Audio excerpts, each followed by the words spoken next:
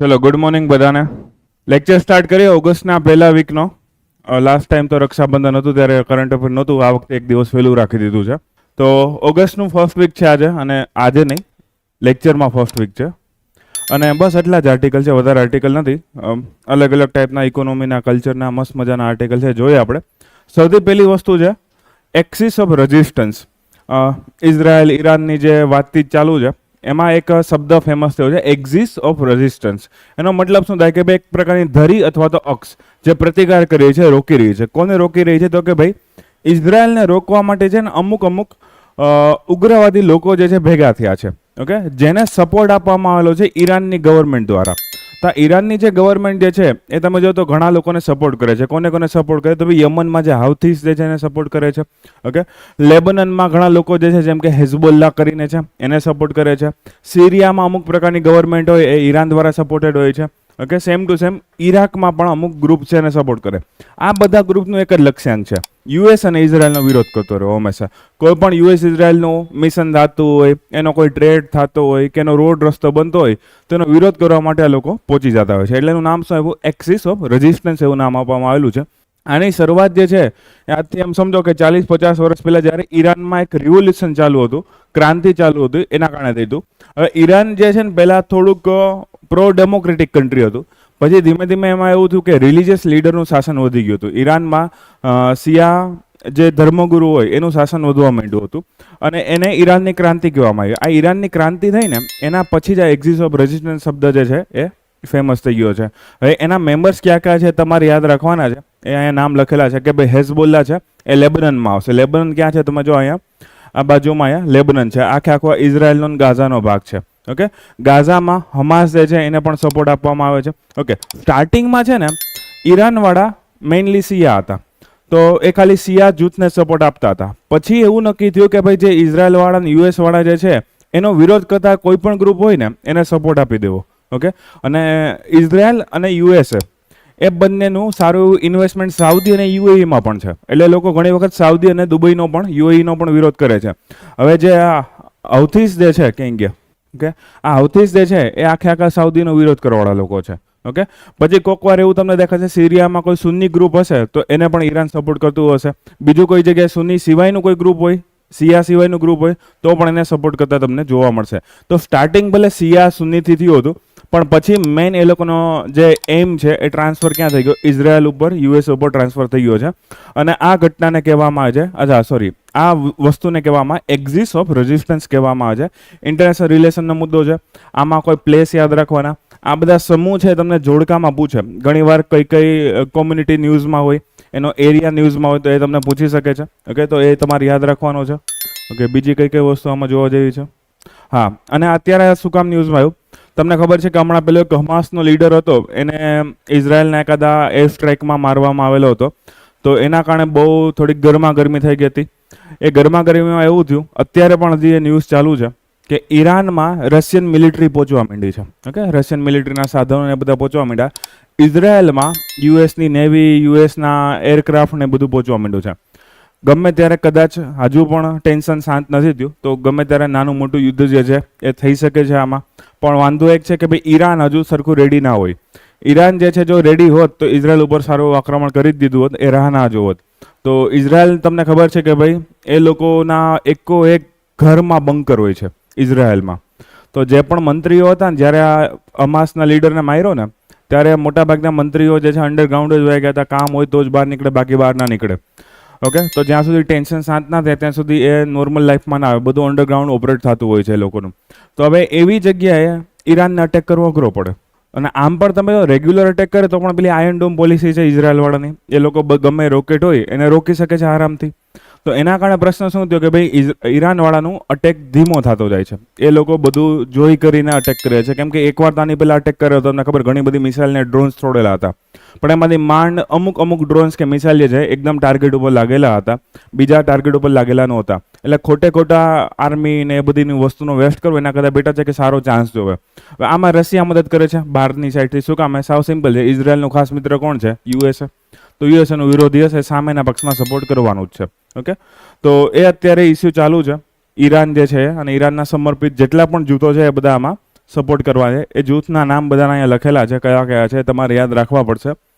અને ઈરાને જે છે સ્ટાર્ટિંગમાં આ જે પોલિસી અપનાવી છે, હવે આપણે ઓફિશિયલી તો બોલી ના શકીએ, ભારત સરકાર તો ના બોલી શકે, પણ ન્યૂઝપેપરમાં મીડિયામાં એવું આવે છે કે ઈરાન જે છે નોન સ્ટેટ એક્ટર્સ, મતલબ કે આતંકવાદી સમૂહને જે છે સપોર્ટ આપી રહ્યું છે. સિમ્પલ વાત છે. ઈરાન ભલે પોતાની ગવર્મેન્ટમાંથી કામ કરતું હોય, લેબનનમાં હિઝબુલ્લા હોય, હમાસ હોય કે હાઉથીઝ હોય, એ બધા એન્ટી ગવર્મેન્ટ લોકો હોય કે ભાઈ ઉગ્રવાદી લોકો, આતંકવાદી લોકો હોય, ઓકે, એ લોકોને પણ એ ઈરાન સપોર્ટ કરી રહ્યું છે. કેમ કે એનો એક જ ઉદ્દેશ્ય છે, સાઉદીવાળા હોય, યુએઈવાળા હોય, ઇઝરાયલવાળા હોય કે યુએસએવાળા હોય, એ બધાનો કોઈને કોઈ રીતે વિરોધ કરવો, પ્રતિકારની ધરી અથવા તો એક્ઝિસ ઓફ રેઝિસ્ટન્સ. અને આ શબ્દની ફેમસ જે ત્યારે થયું, જે જ્યોર્જ બુશ હતો જે ભાઈ, એણે ઈરાન, ઇરાક અને કોરિયા માટે એક શબ્દ વાપરેલો હતો, એક્સિસ ઓફ ઇવિલ. મતલબ કે ઇવિલ એટલે તમને ખબર, ખરાબ વસ્તુ, અસુર હોય એને આપણે ઇવિલ કહી શકીએ છીએ ગુજરાતીમાં. તો એ ઇવિલ હોય એને એ શબ્દ બુશે વાપરેલો હતો. પછી આ લોકોએ એ શબ્દ ફેરવી નાખ્યો અને રેઝિસ્ટન્સ નામનો શબ્દ એડ કરી દીધો છે. હમાસની સામે કયો એરિયા લખશો? ગાઝા પટ્ટી. ઓકે, હમાસ લખેલું હોય તો સામે ગાઝા પટ્ટી ટીક કરવાનું. લેબનન હોય તો એની સામે હેઝબુલ્લા આવશે. રેડી? અને આ કોઈ ઓફિશિયલ તો યુનાઇટેડ નેશન કે યુરોપિયન યુનિયન જેવું છે નહીં. આમાં 2-4 ગ્રુપ અમુક જગ્યાએ વધારે લખેલા છે, 2-4 ગ્રુપ ઓછા લખેલા છે. ઓકે, જ્યારે ઇઝરાયલની રચના થઈ 1948માં, ત્યારે એનો વિરોધ કરવામાં પણ ઈરાન આગળ હતું કે ભાઈ આ યુએસએવાળા અને યુરોપવાળા જેટલા પણ દેશો છે, યુકે ને એ બધા, એ લોકો અમારો વિરોધ કરવા માટે જે છે ઇઝરાયલની સ્થાપના કરી રહ્યું છે 1948માં. ત્યારથી જ ઈરાનનો વિરોધ ચાલુ થઈ ગયો હતો, પણ ધીમે ધીમે અલગ અલગ વોર્સ થઈ પછી એ વિરોધ વધતો ગયો હતો. તમને મેચ ધ ફોલોઈંગમાં એરિયા અને કમ્યુનિટીઝનું નામ જે છે અથવા આતંકવાદી સંગઠનનું નામ પૂછી શકશે, એ ધ્યાન રાખજો. આ મેપ છે નાનકડો. હવે ખાણ મંત્રાલય, મિનિસ્ટ્રી ઓફ માઇનિંગ જે છે એના અમુક ડેટા આવેલા છે. આમ તો બહુ નાનકડા ડેટા છે, એટલા બધા કામના નહીં, પણ કદાચ એકાદો હવે એસટીઆઈ છે તો એમાં નાના નાના ફેક્ટ એમસીક્યુ પૂછી શકે છે. ઓકે, એમાં લોખંડ, એલ્યુમિનિયમ અને ચૂનાનો પથ્થર, કેલ્શિયમ કાર્બોનેટ, એનું કેટલું પ્રોડક્શન થઈ રહ્યું છે, ભારતનો વિશ્વમાં નંબર કેટલો છે, ચીન કેટલામાં નંબર છે, ઓસ્ટ્રેલિયા કેટલામાં નંબર છે. ઓકે, એવો બેઝિક ડેટા આપેલો છે, મતલબ ગોખવાની જ વસ્તુ છે. તો એ ગોખવું જ પડશે કે ભાઈ, અને મેઇન 3 વસ્તુ છે, લોખંડ, એલ્યુમિનિયમ અને ચૂનાનો પથ્થર. ઓકે, કોઈ જગ્યાએ કોલસો લખેલો હશે, પણ આપણે જેટલું પણ ખનીજ ભારત દેશમાં બને છે, મતલબ કે જેટલું પણ આપણે માઇનિંગ કરીએ છીએ, એમાંથી મોટા ભાગનું માઇનિંગ આયર્ન ઓર અને ચૂનાના પથ્થર. આયર્ન ઓર એટલે કે કાચું લોખંડ કહેવાય, ઓર એટલે કે કાચું લોખંડ હોય એને આયર્ન ઓર કહેવાય. ઓકે, તો એ બંને ભેગા થઈને આપણું 80% માઇનિંગ ધરાવે છે. તો તમે વિચાર કરો, લિથિયમ, યુરેનિયમ, એ બધી વસ્તુ તો કેટલા ઓછા ટકામાં હશે. નિકલ, કોબાલ્ટ, એવું તો કાંઈ છે જ નહીં. તો તમે વિચાર કરો કે 80% તો આ બે ભાઈઓ જ જે રોકીને બેઠા છે માઇનિંગમાં. ઓકે, અને આ જે રિઝલ્ટ જે છે Q1, અલગ અલગ ક્વાર્ટર આવે, તમે ઇકોનોમીમાં ભણાય છે, Q1, Q2, Q3, Q4, આપણા જે ફાઇનાન્શિયલ યર હોય એને ડિવાઈડ કરવામાં આવેલા હોય. તો જે નવું વર્ષ ક્યારથી ચાલુ થાય ફાઇનાન્શિયલ યર? માર્ચથી, એપ્રિલથી, જૂન, જુલાઈથી, ક્યારથી? 1 એપ્રિલથી. તો 1 એપ્રિલથી જે છે ક્વાર્ટર સ્ટાર્ટ કરવાનું. Q1 લખેલું હોય તો એ ત્યારથી સ્ટાર્ટ કરવાનું. તો એનો ડેટા આવેલો છે, એ કીધેલો છે. બીજું, અહીંયા અમુક જગ્યાએ લખેલું છે, અમુક ડેટા લખેલો છે, જેમ કે ભારત જે છે એ બીજા નંબરનો સૌથી મોટો ઉત્પાદક છે. શેના માટેનો? એલ્યુમિનિયમનો. તો આપણે યાદ રાખી શકીએ. લાઇમસ્ટોન એટલે કે ચૂનાનો પથ્થર જે છે એમાં ત્રીજો સૌથી મોટું ઉત્પાદન છે, અને ચોથા નંબરે છીએ આપણે આયર્ન ઓરમાં. સાવ સિમ્પલ છે, આવું આપણે યાદ રાખવું પડશે. અને ચીન જે છે 2 જગ્યાએ પહેલા નંબરે છે, એલ્યુમિનિયમના, લાઇમસ્ટોનમાં, અને ઓસ્ટ્રેલિયા જે છે એ આયર્ન ઓરમાં એટલે કે લોખંડના ઉત્પાદનમાં આગળ નંબર આવે છે. બીજું, ભારતમાં માઇનિંગ જે છે ને બહુ આડાવડું છે. શું કામ આડાવડું છે? કેમ કે મોટા ભાગના રાજ્યો જે છે, પૂર્વના રાજ્યો, એ જ મોટા ભાગનું માઇનિંગ કરે છે. ભારતમાં જેટલું પણ માઇનિંગ થાય છે એમાં તમારે 7 રાજ્યો યાદ રાખવાના. એ 7 રાજ્યો છે ને એ 97% માઇનિંગનો હિસ્સો ધરાવે છે. અને એમાં તમે જો ગુજરાતનું નામ નથી. ઓડિશા એકલું 44 થી 45% હિસ્સો ધરાવે. દર વર્ષે 1.5% ફેરફાર થતો રહે. એમાં કેટલું માઇનિંગ કયા વર્ષે થયું છે એના મુજબ. છત્તીસગઢ, રાજસ્થાન, કર્ણાટક, ઝારખંડ, ઓકે, બાજુમાં મધ્યપ્રદેશ આવી ગયું. તો તમે જોઉં કે આ મધ્યપ્રદેશને ઝારખંડને જવા દે, 10% ઉપરના તમે રાજ્યો યાદ રાખી શકો કે ભાઈ ઓડિશા એકલું જ 44-45% હિસ્સો ધરાવે. તો પહેલા નંબરે તમને ગોઠવવાનું કે આ. ઓકે, એકાદી વાર એમસીક્યુ મેં જોયેલો છે કે નીચેનામાંથી કયું રાજ્ય ભારતમાં સૌથી વધારે માઇનિંગમાં આગળ છે, મોખરે છે, એવો કોઈ પ્રશ્ન હતો, અને એમાં તમારે ઓડિશા સાવ સિમ્પલ છે સિલેક્ટ કરવાનું, કેમ કે 44-45% માઇનિંગ એકલું અને એકલું ઓડિશા કરે છે. પછી બાજુમાં આવી જાય છત્તીસગઢ, રાજસ્થાન અને કર્ણાટક. તો આવી રીતે જે છે તમારે યાદ રાખવાનું, લાઇન ટુ લાઇન જ યાદ રાખવાના. 10% ઉપરવાળા બધા યાદ રાખજો, પાછળના યાદ ના રાખો તો ચાલશે. અને એના પણ સરવાળો તમે કરતા જાઓ કે આ 40 ને 20 એટલે 60, 70, 80, 85% તો 4 જણા જે છે ભેગા થઈને કરી નાખે છે. ઓકે, તો એ તમે યાદ રાખજો. બીજા જેટલા પણ ભારતના રાજ્ય છે એની વેલ્યુ કેટલી છે? 3% કરતાં પણ ઓછી. માઇનિંગની સાપેક્ષે છે એની વેલ્યુ છે. મતલબ કે ગુજરાત તમે જો આપણે વાત માઇનિંગ પણ ગુજરાતમાં બહુ જ ઓછું માઇનિંગ છે તમને જોવા મળશે, અને જે વધારે પડતું જોવા મળે એ સિમેન્ટ ઉદ્યોગો માટે અથવા તો થર્મલ પાવર પ્લાન્ટ માટે જોવા મળવાનું છે. પછીનો આર્ટિકલ છે એક green national highway corridor project start કરવામાં આવ્યો છે કે જેમાં મદદ આપણને કરી છે વર્લ્ડ બેન્કે મદદ કરેલી છે. પ્લસ આમાં અમુક રાજ્યમાં જ અપ્રૂવ કરવામાં આવેલો છે, તો આપણે રાજ્યના નામ યાદ રાખવા પડશે. એ રાજ્યના નામ પહેલી જ લાઈનમાં આપેલા છે. ઓકે, સૌથી પહેલાં તમારે હિમાચલ પ્રદેશ, રાજસ્થાન, યુપી, આંધ્રપ્રદેશ આ જગ્યાએ પ્રોજેક્ટ ચાલુ થાય. Green national highway corridor project, આખું લાંબુ નામ છે. ફૂલ ફોર્મ શક્યતા ઓછી છે કે આ નહીં પૂછે, કેમ કે આગળ તો ગ્રીન નેશનલ હાઈવે જ આવી જાય છે. તો આ વર્લ્ડ બેંકની સહાય છે. આમાં પહેલી વસ્તુ તો યાદ રાખવાની, આમાં તમને અલગ ઓપ્શન આપી દેશે. IMFની સહાય છે, યુનાઇટેડ નેશનની સહાય છે, કે એશિયન ડેવલપમેન્ટ બેંકની સહાય છે, કોની સહાય છે? ઓકે, તો વર્લ્ડ બેંકની જે છે આમાં સહાય કરવામાં આવેલી છે. કેટલા રૂપિયાની સહાય છે જનરલી બહુ ઓછું પૂછાતું હોય, છતાં યાદ રાખવું હોય તો તમારી રીતે યાદ રાખી શકો છો. ભાઈ $500 મિલિયન સહાય કરવામાં આવેલી છે. એનો મેઇન હેતુ શું છે? તો કે ભાઈ આપણે એવું પ્રૂવ કરવાનો કે હાઈવેને આપણે સેમ ટાઈમ સિક્યોર પણ બનાવી શકીએ છીએ અને ગ્રીન પણ બનાવી શકીએ છીએ. ઘણી વખત એવું હોય કે તમારે હાઈવેને સિક્યોર બનાવવા હોય તો એમાં સારું બાંધકામ કરવું પડે, સારું ઇન્ફ્રા રાખવું પડે, ઓકે, રોડની જાડાઈ સારી એવી રાખવી પડે. એના કારણે ફરી પાછા પ્રશ્ન એ થાય કે કોઈ પાણી જે છે એનું વહન યોગ્ય રીતે ના થાય, પૂરની સમસ્યા આવી જતી હોય, એક બાજુ એક ખેતર હોય, બીજી બાજુ બીજા ખેતર હોય, તો આ બાજુ પાણી ભરાઈ જતું હોય, બીજી બાજુ જે છે એ સાવ સૂકું રહેતું હોય, તો આવી સમસ્યા જોવા મળે. તો એની સાથે સસ્ટેનેબલ હાઈવે કેમ બનાવો અથવા તો ગ્રીન હાઈવે કેમ બનાવો? તો એવું પ્રૂવ કરવા માટે આ પ્રોજેક્ટ છે કે ભાઈ આપણે ગ્રીન હાઈવે પણ બનાવશું અને સાથે એવો પણ બનાવશું જે મજબૂત હોય, એમાં સેફટી પણ રહી, એક્સિડન્ટ પણ ઓછા થાય. ઓકે, તો એવું ધ્યાન રાખવા માટે આ આખો પ્રોજેક્ટ છે, એવું પ્રૂવ કરવા માટે છે. અને મેઇન એમાં જે વસ્તુ વાપરવામાં આવશે એ એવું ટ્રાય કરશું કે રિસાયકલ કરેલી કે એવી કોઈ વસ્તુ વાપરશું, જેમ કે જૂના ડામર હોય, ઓકે, કે જૂની સિમેન્ટનો ભાગ હોય, એને રીપ્રોસેસ કરીને રિસાયકલ કરીને આપણે વાપરવાનો ટ્રાય કરશું. એનાથી શું થાય કે જે નેચરમાંથી રિસોર્સ કાઢવામાં આવે છે એનું પ્રમાણ ઘટી જાય, નેચરલ રિસોર્સ એમનો મેન્ટેન રહી અને આપણે જે પણ વસ્તુ છે એને સ્ટાર્ટ કરી શકીએ. અને આને જ આપણે સાયક્લિક ઇકોનોમી કહીએ છીએ. ઓકે, ચક્રીય અર્થતંત્ર. ચક્રીય અર્થતંત્રનો ફાયદો શું થાય કે તમે રિસાયકલિંગ કરી શકો, કુદરતને પણ ઓછું નુકસાન થાય અને અલગ નવા સેક્ટર પણ જનરેટ થઈ શકે રિસાયકલિંગવાળા, રીપ્રોસેસિંગવાળા. ઓકે, એના સિવાય જે છે કોઈ ચૂનો છે, ફ્લાય એશ છે, વેસ્ટ પ્લાસ્ટિક, આ બહુ વખત ન્યૂઝમાં આવતું હોય. જ્યારે પણ પ્લાસ્ટિકના પોલ્યુશનની વાત કરીએ તો પ્લાસ્ટિકના પોલ્યુશનનો આપણે ઉપયોગ કરી શકીએ છીએ ડામરના રોડની અંદર પીગાળવા માટે, અને એનો એક લેયર જે છે આપણે બનાવી શકીએ છીએ. તો વેસ્ટ પ્લાસ્ટિક હોય, ફ્લાય એશ એમાંથી નીકળે થર્મલ પાવર પ્લાન્ટમાંથી.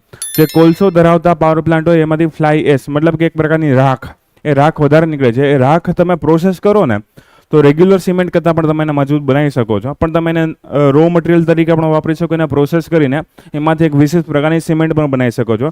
અને ચૂનો, ઓકે, એવી સ્થાનિક સામગ્રીનો ઉપયોગ કરશો તો તમારે બીજી મોટી જગ્યાએ જે છે ડામર કે કોલસો કે એવું કોઈ ખોદકામ કરવા જવું નહીં પડે અને આસપાસમાંથી મળતી વસ્તુનો ઉપયોગ તમે કરી શકશો. મોટાભાગે થર્મલ પાવર પ્લાન્ટ ભારતના અલગ રાજ્યોમાં રેગ્યુલર ફેલાયેલા છે, તો એ બધી જગ્યાથી ફ્લાય એશ નીકળવાની છે, મતલબ કે રાખ જે છે નીકળવાની છે. ઓકે, એ થર્મલ પાવર પ્લાન્ટ હોય એમાંથી બે પ્રકારની રાખ નીકળે. એક હોય એને કહેવાય બોટમ એશ કહેવાય અને એક હોય એને ફ્લાય એશ કહેવાય.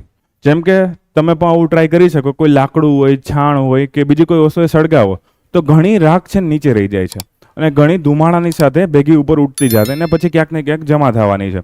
તો જે નીચે રહી છે ને એને આપણે બોટમ એશ કહીએ છીએ. જે ઉડી જાય છે ચીમની મારફતે કે બીજી કોઈ મારફતે એને ફ્લાય એશ કહેવામાં આવે. પણ ફ્લાય એશને કલેક્ટ કરવી અઘરી છે.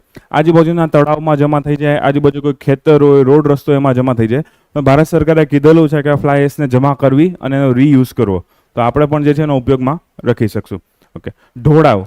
હવે હિમાલયના રાજ્યો હોય તો એમાં પ્રોબ્લેમ થાય લેન્ડસ્લાઇડનો. હમણાં લેન્ડસ્લાઇડના 2-3 આર્ટિકલ છે આ વખતે, પેલું કેમ કે વેનાર્ડમાં જે ઇસ્યુ થયો છે એના કારણે. ઓકે, ઢોળાવના રક્ષણ માટે બાયો એન્જિનિયરિંગ ટેકનિક્સનો ઉપયોગ કરો. બાયો એન્જિનિયરિંગ ટેકનિકમાં શું કરશો કે ભાઈ કોઈ જગ્યાએ વધારે ઢોળાવ હોય તો એમાં શું થાય કે ભાઈ રોડ રસ્તો બનાવો તો વધારે નુકસાન થઈ શકે. અહીંયાથી લેન્ડસ્લાઇડ થવાના ચાન્સ વધી જાય, ફ્લેશ ફ્લડ આવવાના મતલબ કે એકદમ ઝડપથી પાણી આવવાના ચાન્સ વધી જાય. તો આપણે એવું કરવાનું કે આસપાસમાં મજબૂત એવા વૃક્ષો ઉગાડી શકીએ. કોઈ ઘાસનું લેયર, માની લો વૃક્ષ નથી ઉગતા તો ઘાસનું લેયર ઉગાડીએ અને એમાં એકદમ એન્જિનિયરિંગ ટેકનિક અપનાવવાની કે ભાઈ 5 સેન્ટીમીટર રાખશું, 10 સેન્ટીમીટર રાખશું, 5 મીટર રાખશું, 10 મીટર રાખશું, ક્યાં રાખશું. ઓકે, એમાં વોટર લેયર મેન્ટેન રાખવું અને એટલું મેન્ટેન રાખવું કે જેનાથી એ જે ઘાસ છે કે વૃક્ષો છે ને સારી રીતે ઉગી શકે એની મેળે આપણે એનું અલગથી માવજત કરવા ના જવી પડે. તો અલગ બાયો એન્જિનિયરિંગ ટેકનિક્સ જે છે એનો આપણે ઉપયોગ કરવાનો છે, જેનાથી એ રોડ સ્ટેબિલાઇઝ થઈ શકે, પહાડી વિસ્તારમાં. ઓકે, પહાડી વિસ્તાર હોય તો ઢોળાવની વાત હોય, બાકી ઢોળાવની વાત આપણે રાજસ્થાનમાં નહીં કરીએ કે યુપીમાં આપણે એની વાત કરશું નહીં. આંધ્રપ્રદેશમાં ઈસ્ટર્ન ઘાટ છે તો થોડી ઘણી એની વાત થઈ શકે છે. ઓકે, હવે એના મેઇન 3 ઘટકો છે. કદાચ પૂછે તો આ પ્રોજેક્ટ એટલો ફેમસ નથી તો એ 3 ઘટકો ડિટેલમાં યાદ ના રાખો તો ચાલે. સૌથી પહેલી વસ્તુ છે એનું આપણે સુધારો કરવો, એમાં અપગ્રેડેશન કરવું અને એની મેન્ટેનન્સ કરવું. ઓકે, તો ગ્રીન હાઈવેનું એક સાવ સિમ્પલ વસ્તુ છે સંસ્થાકીય ક્ષમતા. જે પણ ઇન્સ્ટિટ્યૂટ જે છે આવા પ્રકારના હાઈવે બનાવશે એ ઇન્સ્ટિટ્યૂટ જે છે એની કેપેસિટી વધશે. હવે ફ્યુચરમાં એની મેળે પણ આવા હાઈવે બનાવી શકશે. માની લો ગુજરાતમાં કાલ સવારે બનાવો, કેરળમાં બનાવો કે કોઈ આસામમાં બનાવો તો એની કેપેસિટી જે છે ફ્યુચરમાં સારી થઈ જશે એક વખત વર્લ્ડ બેંક સહાય કરે પછી. અને આનાથી બને એટલા એક્સિડન્ટ આપણે ઓછા કરી શકીશું. તો ઘણી વખત તમે ન્યૂઝમાં વાંચતા હોય નીતિન ગડકરીજીએ હમણાં લાસ્ટ જે ફેબ્રુઆરી માર્ચનું બજેટ સેશન હતું ને ત્યારે એવું કીધેલું હતું કે ભાઈ ભારતમાં રોડ રસ્તા તો સારા થતા જાય છે પણ હું દુઃખી છું, દિલગીર છું કે રોડ એક્સિડન્ટમાં હજુ એટલો બધો ફેર નથી પડ્યો. ઓકે, તો એણે કીધેલું છે કે ટ્રાય કરીએ છીએ અમે લોકો, તો રોડ એક્સિડન્ટમાં હજુ ફેર નથી પડતો. હવે એનું કારણ ઘણા બધા હોઈ શકે છે બટ એક કારણમાં એક છે રોડ રસ્તા. તો એની સલામતી કરવાનું કામ જે છે મંત્રાલય પોતે જોઈ લેશે. ઓકે, એનાથી ફાયદા શું થાય આ તો મેઇન્સમાં તમારે કામ આવશે. ઓકે, પ્રિલિમમાં તો મને લાગતું નથી કે એટલું બધું ડિટેલમાં ડેપ્થમાં જશે લોકો, એટલે આ તમે જાતે વાંચજો. હા, કલ્ચર કરીએ થોડુંક આપણે. ડાન્સ નથી કરવાનો, કલ્ચર કરવાનું છે. એક ડાન્સ છે જેનું નામ છે ઝુમુર અથવા ઝુમેર છે, એને કોઈ વાર ઝુમર પણ કહેવાય, ઘુમર નહીં, ઘુમર રાજસ્થાન વાળું. ઓકે, આ ઝુમર, ઝુમેર અથવા ઝુમુર એવું શબ્દ જે છે કહેવામાં, કેમ કે અલગ અલગ જગ્યાએ 4-5 રાજ્યો છે અહીંયા આનો યુઝ થાય છે. અહીંયા મેઇનલી છત્તીસગઢ આવી જાય, ઝારખંડ આવી જાય, પશ્ચિમ બંગાળ આવી જાય, બિહાર આવી જાય, ઓડિશા, આસામના ભાગ આવી જાય. પણ મેઇનલી આસામ અને સુંદરબનનો એરિયા એ વધારે ફેમસ છે. આસામમાં તમને ખબર છે ચાનો જે એરિયા હોય છે, ચાના બગીચા જે હોય છે, અહીંયા ઘણી બધી પ્રજાતિઓ કામ કરે છે. તો એને કહેવામાં આવે છે ટી ટ્રાઇબ્સ. ઓકે, ચામાં કામ કરતા આદિજાતિ લોકો અથવા તો બીજું કોઈ પણ એવું નામ કહેવામાં આવે, ટી ટ્રાઇબ્સ કહેવામાં આવે. ચાના ખેતરો, ચાના બગીચામાં કામ કરતા, મજૂરી કરતા જે લોકો એ. હવે ઘણી જગ્યાએ અલગ અલગ આનો ઉલ્લેખ છે. કોઈ જગ્યાએ એવું કહે છે કે ભાઈ આ મેઝોલિથિક પેઇન્ટિંગ હતી એની સાથે સામ્યતા ધરાવે છે. અમુક જગ્યાએ એવું પણ કીધું છે કે ભાઈ આ લોકોને કંટાળો આવતો હતો એટલે ભેગો નવું ડાન્સનો ઉદય થઈ ગયો. સાચી વાત છે, કંટાળો આવતો કંઈક ને કંઈક કરો તો અમે બોલપેન ફેરવતા હોય, બાજુવાળાને ઠોસો મારતા હોય, આ લોકોએ ડાન્સ ગોતી લીધો છે. આ ડાન્સમાં એવું છે કે જે પુરુષો હોય એ સંગીતનું મેનેજમેન્ટ કરે છે, સ્ત્રીઓ જે છે ડાન્સ કરે. મતલબ પુરુષો બધા ઢોલ ઢાલકીને બધું વગાડતા રહી. ઓકે, અને એમાં પણ પહેરવેશ ફિક્સ છે. તમે જો પેલું લાલ અને વ્હાઇટ સાડી જે છે, લાલ બોર્ડરવાળી વ્હાઇટ સાડી જે છે પહેરવામાં આવતી હોય છે. તો મોટાભાગે મહિલા દ્વારા ડાન્સ કરવામાં આવતો હોય અને પુરુષો દ્વારા સંગીતનું મેનેજમેન્ટ જે છે એ કરવામાં આવતું હોય છે. બંગાળમાં અને આસામમાં ફેમસ છે. આસામમાં ટી ટ્રાઇબ્સ જે છે વધારે, બાકી ટોટલ તો 5-6 રાજ્ય આવે છે. ઓકે, એની સાથે સાથે આમાં એક જગ્યાએ એવું લખેલું છે કે જે જીવનના ઉતાર ચઢાવ સંબંધિત સોંગ્સ આમાં યુઝ કરવામાં છે. કોઈ પણ એવા સોંગ હોય, જનરલી તમને ઘણીવાર પૂછે કલ્ચરમાં પ્રશ્ન કે આ મણિપુરી ડાન્સ છે કે કથકલી છે તેમાં કયા પ્રકારની થીમ યુઝ થાય. તો ઘણીવાર લખેલું છે ભાઈ રાધા કૃષ્ણની થીમ યુઝ થાય, ઘણી જગ્યાએ મહાભારત લખેલું હોય કે ઘણી જગ્યાએ એવું લખેલું હોય કે કોઈ લગ્ન ગીત હોય તો એની થીમ હોય છે. આમાં જે છે કોઈ અલગ અલગ તહેવાર હોઈ શકે, લગ્ન ગીત હોઈ શકે, જીવનના ઉતાર ચઢાવ હોઈ શકે છે. ઓકે, અને સેમ એક જ સોંગમાં જે છે દુઃખની અને સુખની બંનેની વાત કરવામાં આવે છે. તો આ ઝુમર સોંગ જે છે તમારે યાદ રાખજો. ઓકે, ઘુમર યાદ ના રાખતા, આ ઝુમર ઝુમેર યાદ રાખજો. અલગ અલગ નામ છે. હવે એના રાજ્ય તમે જો આસપાસના જેટલા પણ રાજ્ય છે એમાં ખાસ આસામ અને સુંદરબનનો એરિયા વધારે યાદ રાખજો. આસામમાં ટી ટ્રાઇબ્સ, ઓકે, ચાના બગીચામાં જે કામ કરતા લોકો છે એ આ ડાન્સ વધારે કરતા તમને જોવા મળશે. સમૂહમાં ડાન્સ થશે, એકલા ડાન્સ નહીં થાય, એટલે એકલા ઘરે ટ્રાય ના કરતા. ઓકે, સમૂહમાં ટ્રાય કરજો. બીજી વસ્તુ, આ ડાન્સની વિશેષતા એવી છે કે ઓપન સ્પેસમાં થાય, કાં તો વૃક્ષોની આજુબાજુમાં, કાં તો ખુલ્લા બાગ બગીચા હોય એમાં જે છે કરવામાં આવે છે, મંદિરનું મેદાન હોય એમાં કરવામાં આવે છે. ઓકે, તો એ ખુલ્લી જગ્યાઓમાં જે છે કરવામાં આવે છે. ઉતાર ચઢાવ અને સંગીતના સાધનોમાં ઘણા બધા 7-8 હતા, પછી હું 3 લખ્યા હું કે કેટલા બધા સાધન, લગભગ ઘણા બધા આવી જતા હતા એમાં. તો કેરળમાં જે છે હમણાં જ ખતરનાક લેન્ડસ્લાઇડ થઈ છે. લગભગ 400 કરતાં વધારે મૃત્યુ થઈ ગયા છે. હવે એ તો ઓફિશિયલ ફિગર છે, તમને ખબર, અનઓફિશિયલ ફિગર વધારે હોવાનો. ઇન્જર્ડ લોકો આમાં ઘણા હોઈ શકે છે, ખોવાઈ ગયેલા લોકો ઘણા છે. અમુક ડેડ બોડીઝ એવી પણ હોય કે જેનો કોઈ આઈડિયા ના આવતો હોય, કેમ કે બહુ મોટા પથ્થર, એમ સમજો કે આ બિલ્ડિંગ કરતાં પણ મોટા પથ્થર હોય, એ બધા જે છે એ ફેલાઈ ગયા હોય, પહાડ પરથી પડ્યા હોય અને એ નુકસાન થઈ શકતું હોય. હવે અત્યારે જે કારણ જવાબદાર હતું એ કારણ મેઇન એ જવાબદાર હતું કે બહુ જ વધારે વરસાદ થઈ ગયો હતો. ઓકે, કેરળ આમે વધારે વરસાદ જે છે અહીંયા થતો જોવા મળે છે. અને બીજી વસ્તુ કે ભાઈ ઇકોલોજીકલ ડેમેજીસ, કે ભાઈ પર્યાવરણને જે અમુક નુકસાન થતા હોય, વધારે પડતું તમે વૃક્ષનું છેદન કરી નાખ્યું હોય, મતલબ કે ડિફોરેસ્ટેશન કરી નાખ્યું હોય, ત્યાં બાંધકામ વધારે કર્યું હોય, ડેમ વધારે બનાવી નાખ્યો, અને એનું પ્રેશર જે છે એ ઢોળાવ હેન્ડલ ના કરી શકે, અને એના કારણે શું થાય, લેન્ડસ્લાઇડ થાય. વાયનાડ જિલ્લો છે, હવે એમાં અલગ અલગ નાના મોટા એરિયામાં જે છે 4-5 ગામડાના નામ આપેલા છે, પણ આપણે વાયનાડ જિલ્લો ખાલી યાદ રાખજો, કેરળમાં આવેલો છે. ઓકે, એ જગ્યાએ લેન્ડસ્લાઇડ થઈ છે. ઓકે, અત્યારનું રીઝન શું છે, ખૂબ જ વધુ વરસાદ અને ઇકોલોજીકલ ડેમેજીસ થયા છે. તમને એવું પૂછે કે ભાઈ લેન્ડસ્લાઇડના બીજા કયા કયા કારણો હોય, તો ભાઈ કુદરતી કારણો પણ હોય, માનવ સર્જિત કારણો પણ હોય. સૌથી પહેલું કારણ એ કે ઢોળાવ વધારો. ઓકે, ઢોળાવ વધારે છે તો ઉપર પથ્થરો સ્ટેબલ નહીં રહે, નીચે એ ગબડી પડવાના છે. બીજી મેઇન વસ્તુ કે આવી જગ્યા વરસાદ વધારે આવતો હોય, મોટાભાગે પહાડી વિસ્તાર હોય તો વરસાદ વધારે આવવાનો છે. તો વરસાદ વધારે આવતો હોય તો એ વૃક્ષોનું પ્રમાણ કાં કુદરતી ઓછું હોય અથવા તો માનવોએ ઓછું કરી નાખ્યું હોય. અહીંયા આપણે સારી એવી બાંધકામ પ્રવૃત્તિ કરતા હોય, બાંધકામ પ્રવૃત્તિના કારણે વિસ્તાર નબળો પડી જતો હોય, માઇનિંગ એક્ટિવિટી કરતા હોય, કોઈ બહુ મોટો ડેમ બનાવી નાખ્યો અને ડેમના કારણે પ્રેશર જે છે હેન્ડલિંગ ના થતું હોય પ્રોપરલી. ઓકે, અથવા તો રોડ રસ્તા એવા બનાવ્યા હોય, ટનલ ખોદવાના કામકાજ કરતા હોય. તમે જો ઘણી જગ્યાએ આપણે કાશ્મીરમાં, હિમાચલમાં ટનલ બનાવે તો ઘણી વાર ટનલ કોલેપ્સ થઈ જાય છે, ટનલ ખુદ જ પડી જાય છે, તો એના કારણે પણ નુકસાન થાય. હવે આના કારણે માનવ મૃત્યુ થવાના છે, પશુ પક્ષીના મૃત્યુ થવાના, વૃક્ષો પણ તૂટી જવાના છે. કોઈ એન્ડેન્જર્ડ પ્રજાતિ હોય, જેમ કે આ જગ્યાએ નીલગિરી તાહાર નામનું એક પ્રાણી જોવા મળે છે. ઓકે, તો એના મૃત્યુ થશે તો નુકસાન થાય. અહીંયા આપણા હાથી પણ વધારે પ્રમાણમાં કેરળમાં જોવા મળે છે. ઓકે, આમ આપણે પ્રોજેક્ટ એલિફન્ટ ચાલુ કરતા હોય, પ્રોજેક્ટ ટાઈગર ચાલુ કરતા હોય, અને આવા લેન્ડસ્લાઇડમાં એના પણ મૃત્યુ થઈ શકે છે. ઓકે, તો એટલા ડેમેજ થઈ શકે. એના સિવાય જે બીજો ખર્ચો આવે, પાવર લાઇન તૂટી ગઈ, રોડ તૂટી ગયો, કોઈ ટનલ બ્લોક થઈ ગઈ, નહેરમાં પથ્થરો પડી ગયા, એ બધું ઇકોનોમિક નુકસાન તો ખરું જ, એ બધું નુકસાન થવાનું છે.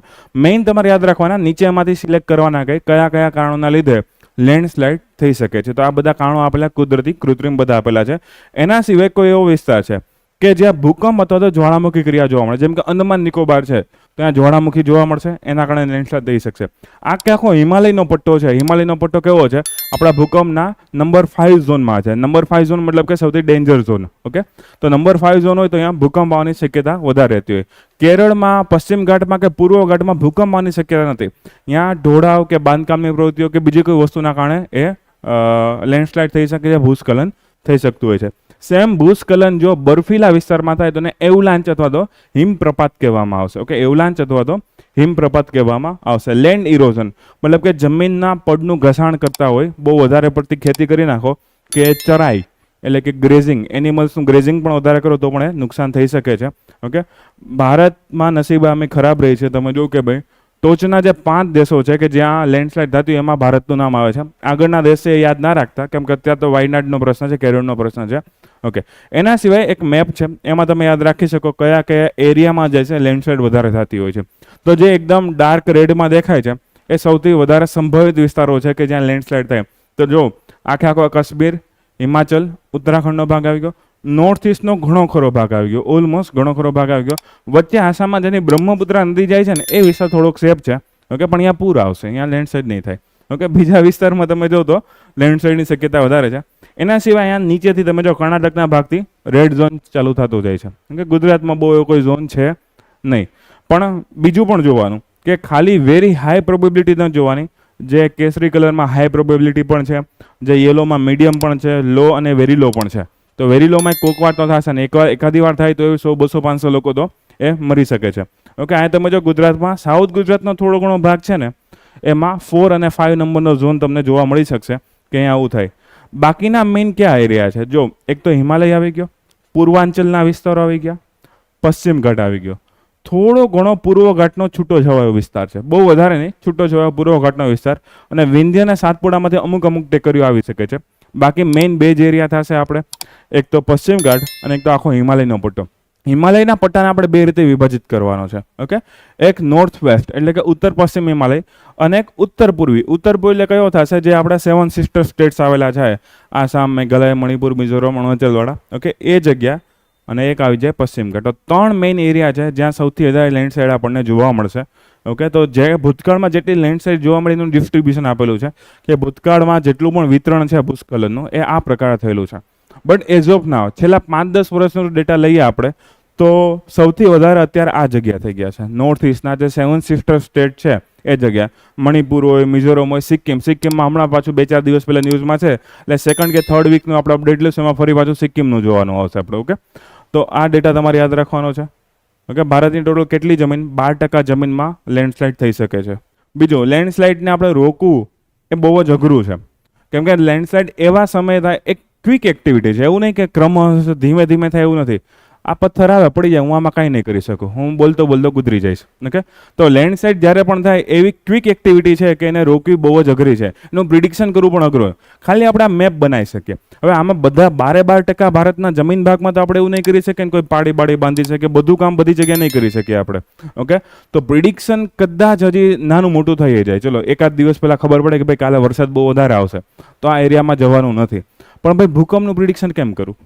ઓકે, કોઈ જંગલ ધીમે ધીમે દર વર્ષે અમુક હેક્ટરના જંગલો ખાલી થતા હોય, એની ઇફેક્ટ તો લોંગ ટર્મમાં દેખાવાની છે. ક્લાઇમેટ ચેન્જ થાય તો વાદળ ફાટવાની ઘટના થતી હોય, અતિશય વરસાદ આવે, વરસાદની પેટર્ન પણ બદલાઈ જાય, એને પ્રિડિક્ટ કરવી અઘરી છે. કોઈ જગ્યા પૂર આવેલું હોય તો એમાં પણ લેન્ડસ્લાઇડની અસર જોવા મળે. કોઈ જગ્યાએ ગ્રાઉન્ડ વોટરના લેવલમાં ફેરફાર થયો, ગ્રાઉન્ડ વોટર માટે અલગથી ડેટા ગોતવા પડશે. તો અગેન પહેલાં તો પ્રિડિક્શન એ અઘરું, અને પ્રિડિક્શન કદાચ થઈ પણ ગયું તો બચાવ કાર્ય પણ આમાં અઘરું છે. લોકોને બહાર કાઢવા, એ કાટમાળમાંથી કાઢવા, એ બધી વસ્તુ જે છે આમાં અઘરી જોવા મળે છે.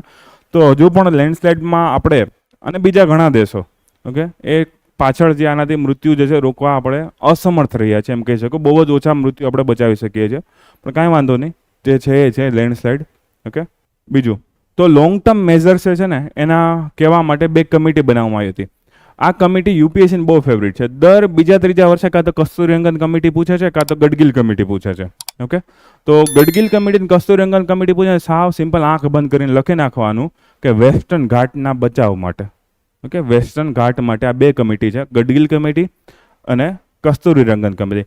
ગડગિલ કમિટી જે છે એ પ્રો એન્વાયરમેન્ટ વાળી હતી, મતલબ કે એ લોકોને પર્યાવરણનું થોડુંક વધારે થઈ ગયું. એણે તો એવું કહી દીધું કે 100% વિસ્તાર છે ને વેસ્ટર્ન ઘાટનો, એને સેન્સિટિવ ઝોન જાહેર કરી દીધું.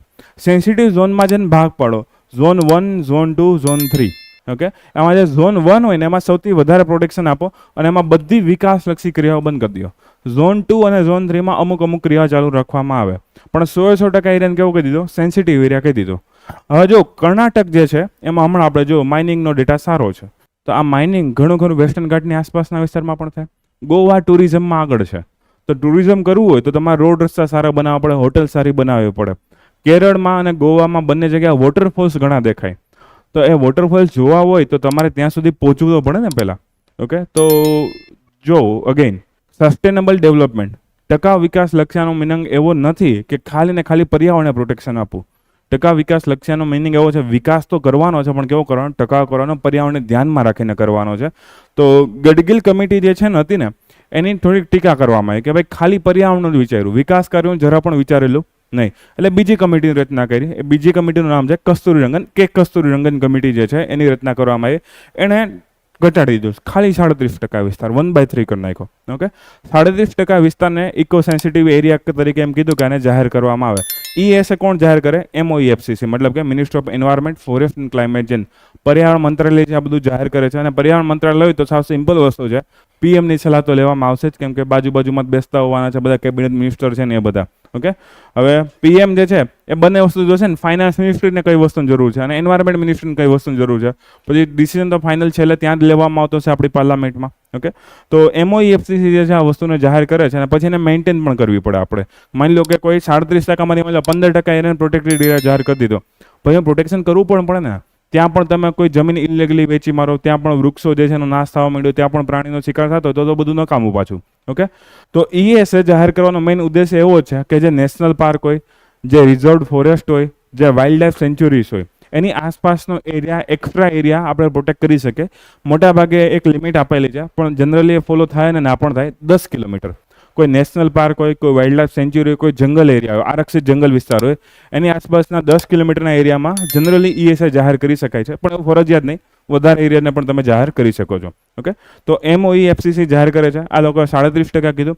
એમાં 2 વસ્તુ એ લોકો ખાસ કીધી કે આ જે જગ્યા છે ને એમાં થર્મલ પાવર પ્લાન્ટ, મતલબ કે કોલસા દ્વારા પાવર પ્લાન્ટ જે ચાલે છે એને મંજૂરી નથી આપવાની. હાઇડ્રો પાવરને મંજૂરી આપશું, પણ એ એનાલિસિસ કર્યા પછી. ઓકે, બીજી એક્ટિવિટીને ક્રમશઃ પરમિશન આપી શકશું. આ ભાઈ તો ના જ પાડી દીધી કે 100% એરિયાઓ રાખો, એમાંથી ઝોન 1 છે એમાં બધી વસ્તુનું પ્રતિબંધ રાખો. તો આમાં થોડુંક એન્વાયરમેન્ટનું વધારે હતું, આમાં થોડુંક બેલેન્સ કરવામાં આવ્યું. બટ હું એમ કહું છું હજુ આનો રિપોર્ટ એ સરખી રીતે ફોલો નથી થતો. અત્યારે તમને મેઇન જે એરિયા ન્યૂઝમાં છે એ એરિયા વિશે પ્રશ્ન પૂછે, કારણો વિશે પૂછે, ભારતનો વિશ્વની સાપેક્ષે સંદર્ભ પૂછી લઈ, એના સિવાય કેટલો એરિયા લેન્ડસ્લાઇડમાં વધારે જોવા મળે એ એરિયાના નામ નંબર પૂછી શકે. ગડગિલ કમિટી, કોઈ જગ્યાએ ગાડગિલ કમિટી પણ લખેલું હોય છે, અને કે કસ્તુરી રંગન કમિટી. ડાર્ક ટુરિઝમ, હવે એનો મિનિંગ શું થાય તો કે એવી જગ્યાઓ કે જ્યાં કોઈ આફત આવેલી હોય, કોઈ મૃત્યુ થયા હોય, એ જગ્યાએ તમે ટુરિઝમ કરવા જાઓ તો એના લોકો ડાર્ક ટુરિઝમ અથવા બ્લેક ટુરિઝમ કહે છે. કોઈ એને ડિઝાસ્ટર ટુરિઝમ પણ કહેવામાં આવે. જેમ કે ઘણા લોકો વેનાઇટમાં અકસ્માત થયો એટલે આપણી ટેવ હોય, કોઈક ભટકાય એટલે આપણે ઓલા પુલ ઉપર ઉભા હોય ને તો નીચે જોઈએ કોણ ભટકાણું શું થયું. ઓકે, તો એક પ્રકારનું ડાર્ક ટુરિઝમ છે. તો અહીંયા લેન્ડસ્લાઇડ થઈને તો અલગ અલગ લોકો જોવા આવે કે ભાઈ શું થયું છે, હાલો જોવા જઈએ. ઓકે, સેમ ટુ સેમ વિશ્વમાં આવી ઘણી બધી જગ્યાએ ડાર્ક ટુરિઝમ જોવા મળે. જેમ કે જે જગ્યાએ યહૂદીઓને મારવામાં આવેલા હતા એને હોલોકોસ્ટ અથવા કન્સન્ટ્રેશન કેમ્પ કહેવામાં આવે છે. એ કન્સન્ટ્રેશન કેમ્પમાં ટુરિઝમ થતું હોય છે. ઓકે, ઘણી જગ્યાએ હિરોશીમા નાગાસાકીનો જે વિસ્તાર છે, ઓકે, ત્યાં પણ ટુરિઝમ થતું હોય. ન્યુયોર્કમાં જે પેલી 2 બિલ્ડિંગ પડી ગઈ હતી એને ગ્રાઉન્ડ ઝીરો કહેવામાં આવે છે, ત્યાં પણ ટુરિઝમ થતું હોય. ભારતમાં જલિયાવાલા બાગ હોય અથવા તો નેશનલ વોર મેમોરિયલ હોય, ત્યાં પણ ટુરિઝમ થતું હોય. તો આ લોકોને ડાર્ક ટુરિઝમ કહે છે. ઘણા લોકો એને ક્રિટિસાઇઝ કરે છે, ઘણા લોકો એમ કહે ના તો આ તો આપણા ઇમોશન સાથે સંકળાયેલું છે, તો આ સારું છે. ઓકે, આપણે બંને પક્ષ જોઈ લેવાના. ક્રિટિસિઝમ એટલા માટે કરે છે કે મોટાભાગે મૃત્યુ સાથે, આફત સાથે, કુદરતી કોઈ એવી ઘટના સાથે સંકળાયેલું હોય કે જેમાં વધારે પડતો વિનાશ થયો હોય. ઓકે, અને એમાં ખાલી એ જ કોમ્યુનિટીના લોકો જોવા ના આવતા હોય, બીજા કોઈ લોકો પણ જોવા આવતા હોય. ઓકે, અને ત્યાં કદાચ મજાક પણ કરતા હોય, ફોટો પાડતા હોય, અને એના કારણે જે મૂળભૂત સમાજ છે એને કદાચ દુઃખની લાકડી પણ થઈ શકતી હોય છે. ઓકે, પણ જે મૂળભૂત સમાજ છે એને યાદી તરીકે જોવે છે કે ભાઈ ના, આ તો જલિયાવાલા બાગ છે, આને અમે યાદી તરીકે સાચવેલો છે, આ અમારું નેશનલ વોર મેમોરિયલ છે એને અમે સાચવેલું છે. ઓકે, તો અલગ અલગ જગ્યાએ અલગ અલગ આની ટીકા થાય છે, ક્યાંક એનું પોઝિટિવ પણ જોવા મળે. પણ એક વસ્તુ સાચી છે કે હા, ઇમોશન સાથે સંકળાયેલું છે. હવે વેનાઇટમાં ક્યારે પણ ત્યાંના લોકલ લોકો જે પણ હશે ત્યાંથી નીકળશે એટલે યાદ આવશે. કોઈ જેનું પણ એમાં ફેમિલી કે ફ્રેન્ડ્સ વાળા ગયા હોય તો સેમ વસ્તુ જે વિચારી શકે છે, યાદ કરી શકે ભાઈ હા અહીંયા મૃત્યુ થયું હતું. તો ના ઇમોશન જે સંકળાયેલા હોય, ઘણી વખત કોઈ ઇમોશન પોઝિટિવ પણ હોય, કોઈ ઇમોશન નેગેટિવ પણ હોઈ શકે છે. તો ડાર્ક ટુરિઝમ છે. ઓકે, એના અલગ અલગ નામ છે. બ્લેક ટુરિઝમ પણ કહેવાય. જો અહીંયા ડિઝાસ્ટર આવ્યો હોય તો એને ડિઝાસ્ટર અથવા તો આપત્તિ પ્રવાસન પણ કહેવામાં આવે છે. ઓકે, જેમ કે આપણે એક ફેમસ એક્ઝામ્પલ છે જલિયાવાલા બાગ. ઓકે, 1919 13 એપ્રિલ યાદ છે કે ભૂલી ગયા? ઓકે, તો એના કયા કયા એક્ઝામ્પલ હોય તો કે ભાઈ કોઈ કબ્રસ્તાનનો વિસ્તાર હોય, કોઈ સમાધિનો વિસ્તાર હોય, આપત્તિ ક્ષેત્ર હોય, યુદ્ધભૂમિ હોય, ઓકે, સ્મારકો હોય, જેલ હોય, ફાંસીની જગ્યા હોય, આ બધી જગ્યાને શું કહી શકાશે? ડાર્ક ટુરિઝમ જે છે કહી શકાશે. તમને સાવ સિમ્પલ પ્રશ્ન પૂછે ડાર્ક ટુરિઝમનો મિનિંગ શું થાય છે? ઓકે, તો આપણે એનો જે રફ મિનિંગ અલગ અલગ સ્ટેટમાં આપેલો હોય, મેં એક્ઝેક્ટ જે એવો કદાચ જીપીએસસી વાળા યુપીએસસી વાળા ના પણ આપે, એ તમને એના સ્ટેટમેન્ટમાં આપે. તો આને લાગતું ઓળખતું સ્ટેટમેન્ટ હોય તમારે ટીક કરવાનું, અટેમ્પ કરવાનું. સમાજ કઈ કઈ વસ્તુનો થાય છે તમારે યાદ રાખવાનું છે. બીજું, વિશ્વમાં એવા ફેમસ સ્થળ ક્યાં ક્યાં છે તો કે જો આ કન્સન્ટ્રેશન કેમ્પ પોલેન્ડ, હમણાં મોદી જે ગયા છે આપણે. ઓકે, તો પોલેન્ડમાં ઘણા બધા યહૂદીને મારવામાં આવ્યા હતા, એને કન્સન્ટ્રેશન કેમ્પ કહેવામાં આવે છે. યુક્રેનમાં ચર્નોબિલ, જ્યાં ન્યુક્લિયર બ્લાસ્ટ થયો હતો, એ વાળો વિસ્તાર. ન્યુયોર્કમાં ગ્રાઉન્ડ ઝીરો. જાપાનની વાત થઈ ગઈ. ઓકે, ભારતનો મેં ફોટો આપી દીધો છે. તો આ બધા વિસ્તારને ડાર્ક ટુરિઝમના એરિયા કહેવામાં આવે છે. એક વાર જોઈ લો. ખાલી એક સિમ્પલ પ્રશ્ન પોઈન્ટ જ છે. એવો ઓપ્શન મેં નાખ્યો હોય કે લદ્દાખના વિસ્તારમાં તમે ડાર્ક એરિયા જોવા માટે ટુરિઝમ કરવામાં આવે, કદાચ તમારામાંથી અડધા લોકો ટીક કરત ને. બસ આ ખાલી શબ્દ જ જાણવો જરૂરી હતો. હવે પૂછાય તો આ 5-6 મહિના તો એટલીસ્ટ તમને ભૂલાશે નહીં. પછી તમારી કેપેસિટી કેટલી છે મને આઈડિયા ના હોય. ઓકે, એમાં નેગેટિવ તો ના થાય, પણ જે તે એરિયા છે ને ફાયદો તો થવાનો છે, લોકો આવવાના છે. એટલે નેગેટિવ કલ્ચરલી કોઈ નેગેટિવ વસ્તુ હોઈ શકે છે, બાકી ઇકોનોમિકલી તો આમાં કંઈ બહુ નેગેટિવ નથી થવાનું. તમે જો આખો જલિયાવાલા બાગ છે એની આજુબાજુમાં બજારો ભરાય છે અત્યારે. સેમ ટુ સેમ તમને ખબર છે અંદમાન નિકોબારમાં ઘણી જેલ ફેમસ છે ફરવા માટે, ટુરિઝમ માટે. નેક્સ્ટ છે રેન્સમવેર અટેક. એક સાયન્સનો આર્ટિકલ છે. ભારતમાં અલગ અલગ ગ્રામીણ બેંકો જોવા મળે જેને RRB કહેવામાં આવે, રિજનલ રૂરલ બેંક્સ કહેવામાં આવે છે. તમારે જેને ઇકોનોમી પૂરું થઈ ગયું એકવાર સર્ચ કરજો RRB કોની અંડરમાં આવે, શું આવે છે ને એ બધું. ઓકે, તો હવે આ RRB જેટલી હતી ને એક સોફ્ટવેર વાપરતી હતી. એ સોફ્ટવેરમાં જે છે એક પ્રોબ્લેમ આવી ગઈ, એમ સમજો કે એક એટેક થયો છે. એ અટેકને રેન્સમવેર અટેક કહેવાય. ઓકે, આ રેન્સમવેરનો મિનિંગ શું થાય તો કે ભાઈ એ તમારો ડેટા લોક કરી દે, ફોન લોક કરી દે, લેપટોપ લોક કરી દે, અને પછી એને અનલોક કરવાના પૈસા માગે, તો એને રેન્સમ કહેવાય. તો રેન્સમનો મિનિંગ શું? એક પ્રકારની ખંડણી માગવી. પહેલાંના સમયમાં પેલી ઓમની વેન આવતી, બાળકોને ઉપાડી જતી. હવે એના કરતાં વધારે મહત્વ તમારા ડેટાનું છે, તો હવે તમારા ડેટાને ઉપાડી જાય છે. ઓકે, ઓનલાઈન ચોરી થઈ જાય, ઓનલાઈન પૈસા મળી જાય. ત્યારે પણ ભરોસો નહોતો કે બાળક પાછું આવશે કે નહીં. અત્યારે પણ ભરોસો નથી. તમે માની લો $5,000 છે, પાછા આપ્યા તો ઠીક છે, એને છોડવું હોય, ડેટા અનલોક કરવો હોય તો કરશે, નહીં કરવો હોય તો ના પણ કરે. કાંઈ ભરોસો ના કહેવાય આમાં, કેમ કે આપણે ચોર, ગુંડા, ડાકુ લોકો સાથે ડીલ કરીએ છીએ. એમાં એથિક્સ ના હોય ત્યારે તો ડેટા તમારો લોક કરેલો હોય ને. ઓકે, કેમ કે ઘણી વખત એવું થાય કે યાર આણે તમારો ડેટા લોક કરી દીધો, હવે એ માગે છે અમારી પાસે $5,000 માગે છે. $5,000 આ જગ્યા બહુ નાની અમાઉન્ટ કહેવાય, પણ એ લોકો પોતાનો સોફ્ટવેર ચેક કરતા હોય. જ્યારે પણ ઓવરટેક થાય ને ત્યારે પેલા નાની કંપનીઝ ઉપર અટેક કરે અને ચેક કરે કે ભાઈ આ લોકો અનલોક તો નથી કરી શકતા ને. અને જો અનલોક ના કરી શકે ને પછી મોટા ટાર્ગેટ ગોતે કે જે વધારે પૈસા આપી શકે, જેમાં અટેક કરે ને તો વધારે પ્રોબ્લેમ થાય. ઓકે, અહીંયા પછી $20,000, $30,000, $50,000 એટલા ડેટા માગી લે. એના કારણે પ્રોબ્લેમ શું થાય કે ભાઈ એક તો ઇકોનોમિક લોસ થવાનો છે. એક એવું એનાલિસિસ કરવામાં આવ્યું કે ભાઈ એક રેન્સમ અટેક જે પણ થયો છે ને એના દ્વારા લગભગ ₹20 કરોડ નુકસાન થયું છે. ઓકે, એ પછી ઇકોનોમિક લોસ થયો અથવા તો એ ઓપરેશન અટકી ગયા. આપણે જો બેંકમાં ઓપરેશન બંધ થઈ ગયા, હવે આ રિજનલ બેંક છે એ બધી ક્યાં ચાલશે? ગામડામાં ચાલવાની છે. ગામડામાં ડે ટુ ડે બેઝ ઉપર 100 કે 200 રૂપિયા હોય ને તો પણ જમા કરવા માટે કે ઉપાડવા માટે બાધાબાધી ચાલતી હોય છે. ઓકે, તો બહુ ખતરનાક હોય છે. પેલા પ્રધાનમંત્રી મોદીના 200-500 રૂપિયા પણ સબસિડી ના આવતા ને તો લોકો 10 વાર પૂછવા જાય કે ભાઈ પહેલા પૈસા આવ્યા કે નથી આવ્યા. ઓકે, તો આવી સિચ્યુએશન ને એમાં જો આરઆરબીના ઓપરેશન બંધ થઈ જાય તો બહુ જ નુકસાન થઈ શકે છે.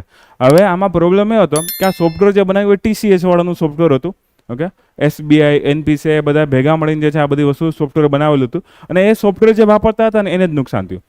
જે બેંક એ સોફ્ટવેર નહોતી વાપરતી અને એના પેરેન્ટ બેંકનું સોફ્ટવેર વાપરતી હોય, જેમ કે કોઈ બેંકને એક્સિસ બેંક સપોર્ટ કરતી હોય, કોઈને ICICI સપોર્ટ કરતી હોય અને એનું સોફ્ટવેર વાપરતી હતી તો એ બેંકને કોઈ વાંધો નહોતો આવ્યો. આ વાળું જે સોફ્ટવેર છે યાદ રાખજો, CH ટેકનોલોજીસ. ઓકે, એ સોફ્ટવેરમાં જે અટેક થયો હતો અને રેન્સમવેર અટેક થયો હતો અને આના કારણે એક પ્રોબ્લેમ ક્રિએટ થયો હતો. તો રેન્સમવેર જે છે એનો મતલબ એવો છે તમારો ડેટા લોક કરી દે, સ્ક્રીન લોક કરી દે, કોઈ જગ્યાએ જેથી ડેટા સંતાડી દે અને એને અનલોક કરવાના, પાછા મેળવવાના તમારી પાસે પૈસા માગવામાં. રેન્સમ એટલે એક પ્રકારની ખંડણી એમ તમે કહી શકો છો. ઓકે, રેન્સમવેરના પણ અલગ અલગ ટાઈપ તમને જોવા મળશે. કયા કયા ટાઈપ જોવા મળે તો કે ભાઈ કોઈ એન્ક્રિપ્ટ કરવા વાળો કે ભાઈ તમારો ડેટા લોક કરી દે. એન્ક્રિપ્ટ હોય તમારા મોબાઈલમાં, તમારા લેપટોપમાં જ, પણ એને લોક કરી દે. હવે એન્ક્રિપ્ટ અને ડિક્રિપ્ટનો મિનિંગ એવો થાય કે લોક કરવું અને અનલોક કરવું. ઓકે, એન્ક્રિપ્શન મતલબ લોક કરવું, ડિક્રિપ્શન મતલબ કે અનલોક કરવું. પણ એને કોઈ કોડિંગ લેંગ્વેજ દ્વારા લોક અનલોક કરવામાં આવેલું હોય. જેમ કે તમે આજુબાજુમાં વાત કરતા હોય કે ભાઈ કોઈ એક ઉધરસ ખાય એટલે આ બાજુ જોઈએ, કોઈ 1-2 ઉધરસ ખાય એટલે આ બાજુ, તો તમારી કોઈ કોડિંગ લેંગ્વેજ હોય. ઓકે, મને ખબર ના હોય તમારી કોડિંગ લેંગ્વેજ શું છે, પણ એ કોડિંગ લેંગ્વેજ તમને 2 મિત્રોને જ ખબર હોય. સેમ ટુ સેમ આવી રીતે અલગ અલગ સોફ્ટવેરમાં જે કોડિંગ લેંગ્વેજ હોય, જે કદાચ જે હેકર છે ને એને જ આઈડિયા છે કે ભાઈ આનો કોડ શું છે, આને અનલોક કેમ કરવાનો અને લોક કેમ કરવાનું. ઓકે, તો લોક કર્યું એને એન્ક્રિપ્ટ કહેશો, અનલોક કર્યું એને ડિક્રિપ્ટ કહેવામાં આવશે. તો એ કોઈ એન્ક્રિપ્ટ પ્રકારનું, એ કોઈ નોન એન્ક્રિપ્ટિંગ. એમાં એ લોકો શું કરે, તમારે તમારો સ્ક્રીનને લોક કરી દે. ફોર એક્ઝામ્પલ, તમારો ડેટા લોક ના કરી શકતા હોય પણ એના હાથમાં તમારી ફ્રન્ટ સ્ક્રીન આવી ગઈ હોય કે જેમાં તમારું લોક અને અનલોકનું કામ થતું હોય. હવે તમે ફોન લોક કે અનલોક જ નહીં કરી શકો, લેપટોપ જે છે લોક કે અનલોક જ નહીં કરી શકો, તો એનો ડેટા એક્સેસ નહીં થાય. એનામાં કેપેસિટી નથી કે ડેટાને લોક અનલોક કરે. ઓકે, એટલે શું કરે, ખાલી સ્ક્રીનનો ભાગ છે લોક અનલોક કરી નાખે. હવે આ તો બહુ ઇઝી વસ્તુ ને. કેટલા બધા હું એમ કહું રિયલમીના ફોન હશે, કેટલા બધા MIના ફોન હશે, કેટલા બધા ડેલના લેપટોપ હશે. ડેલના લેપટોપમાં બધામાં સરખી જ વસ્તુ હશે ને મોટા ભાગે. જે 1 વર્ષમાં એમાં 2017માં જે લેપટોપ આવેલા હશે એમાં મોટા ભાગે સરખો સોફ્ટવેર યુઝ થયો હશે. ઓકે, કોઈ 2019માં HPનું લેપટોપ આવ્યું છે એમાં સરખી વસ્તુ હશે.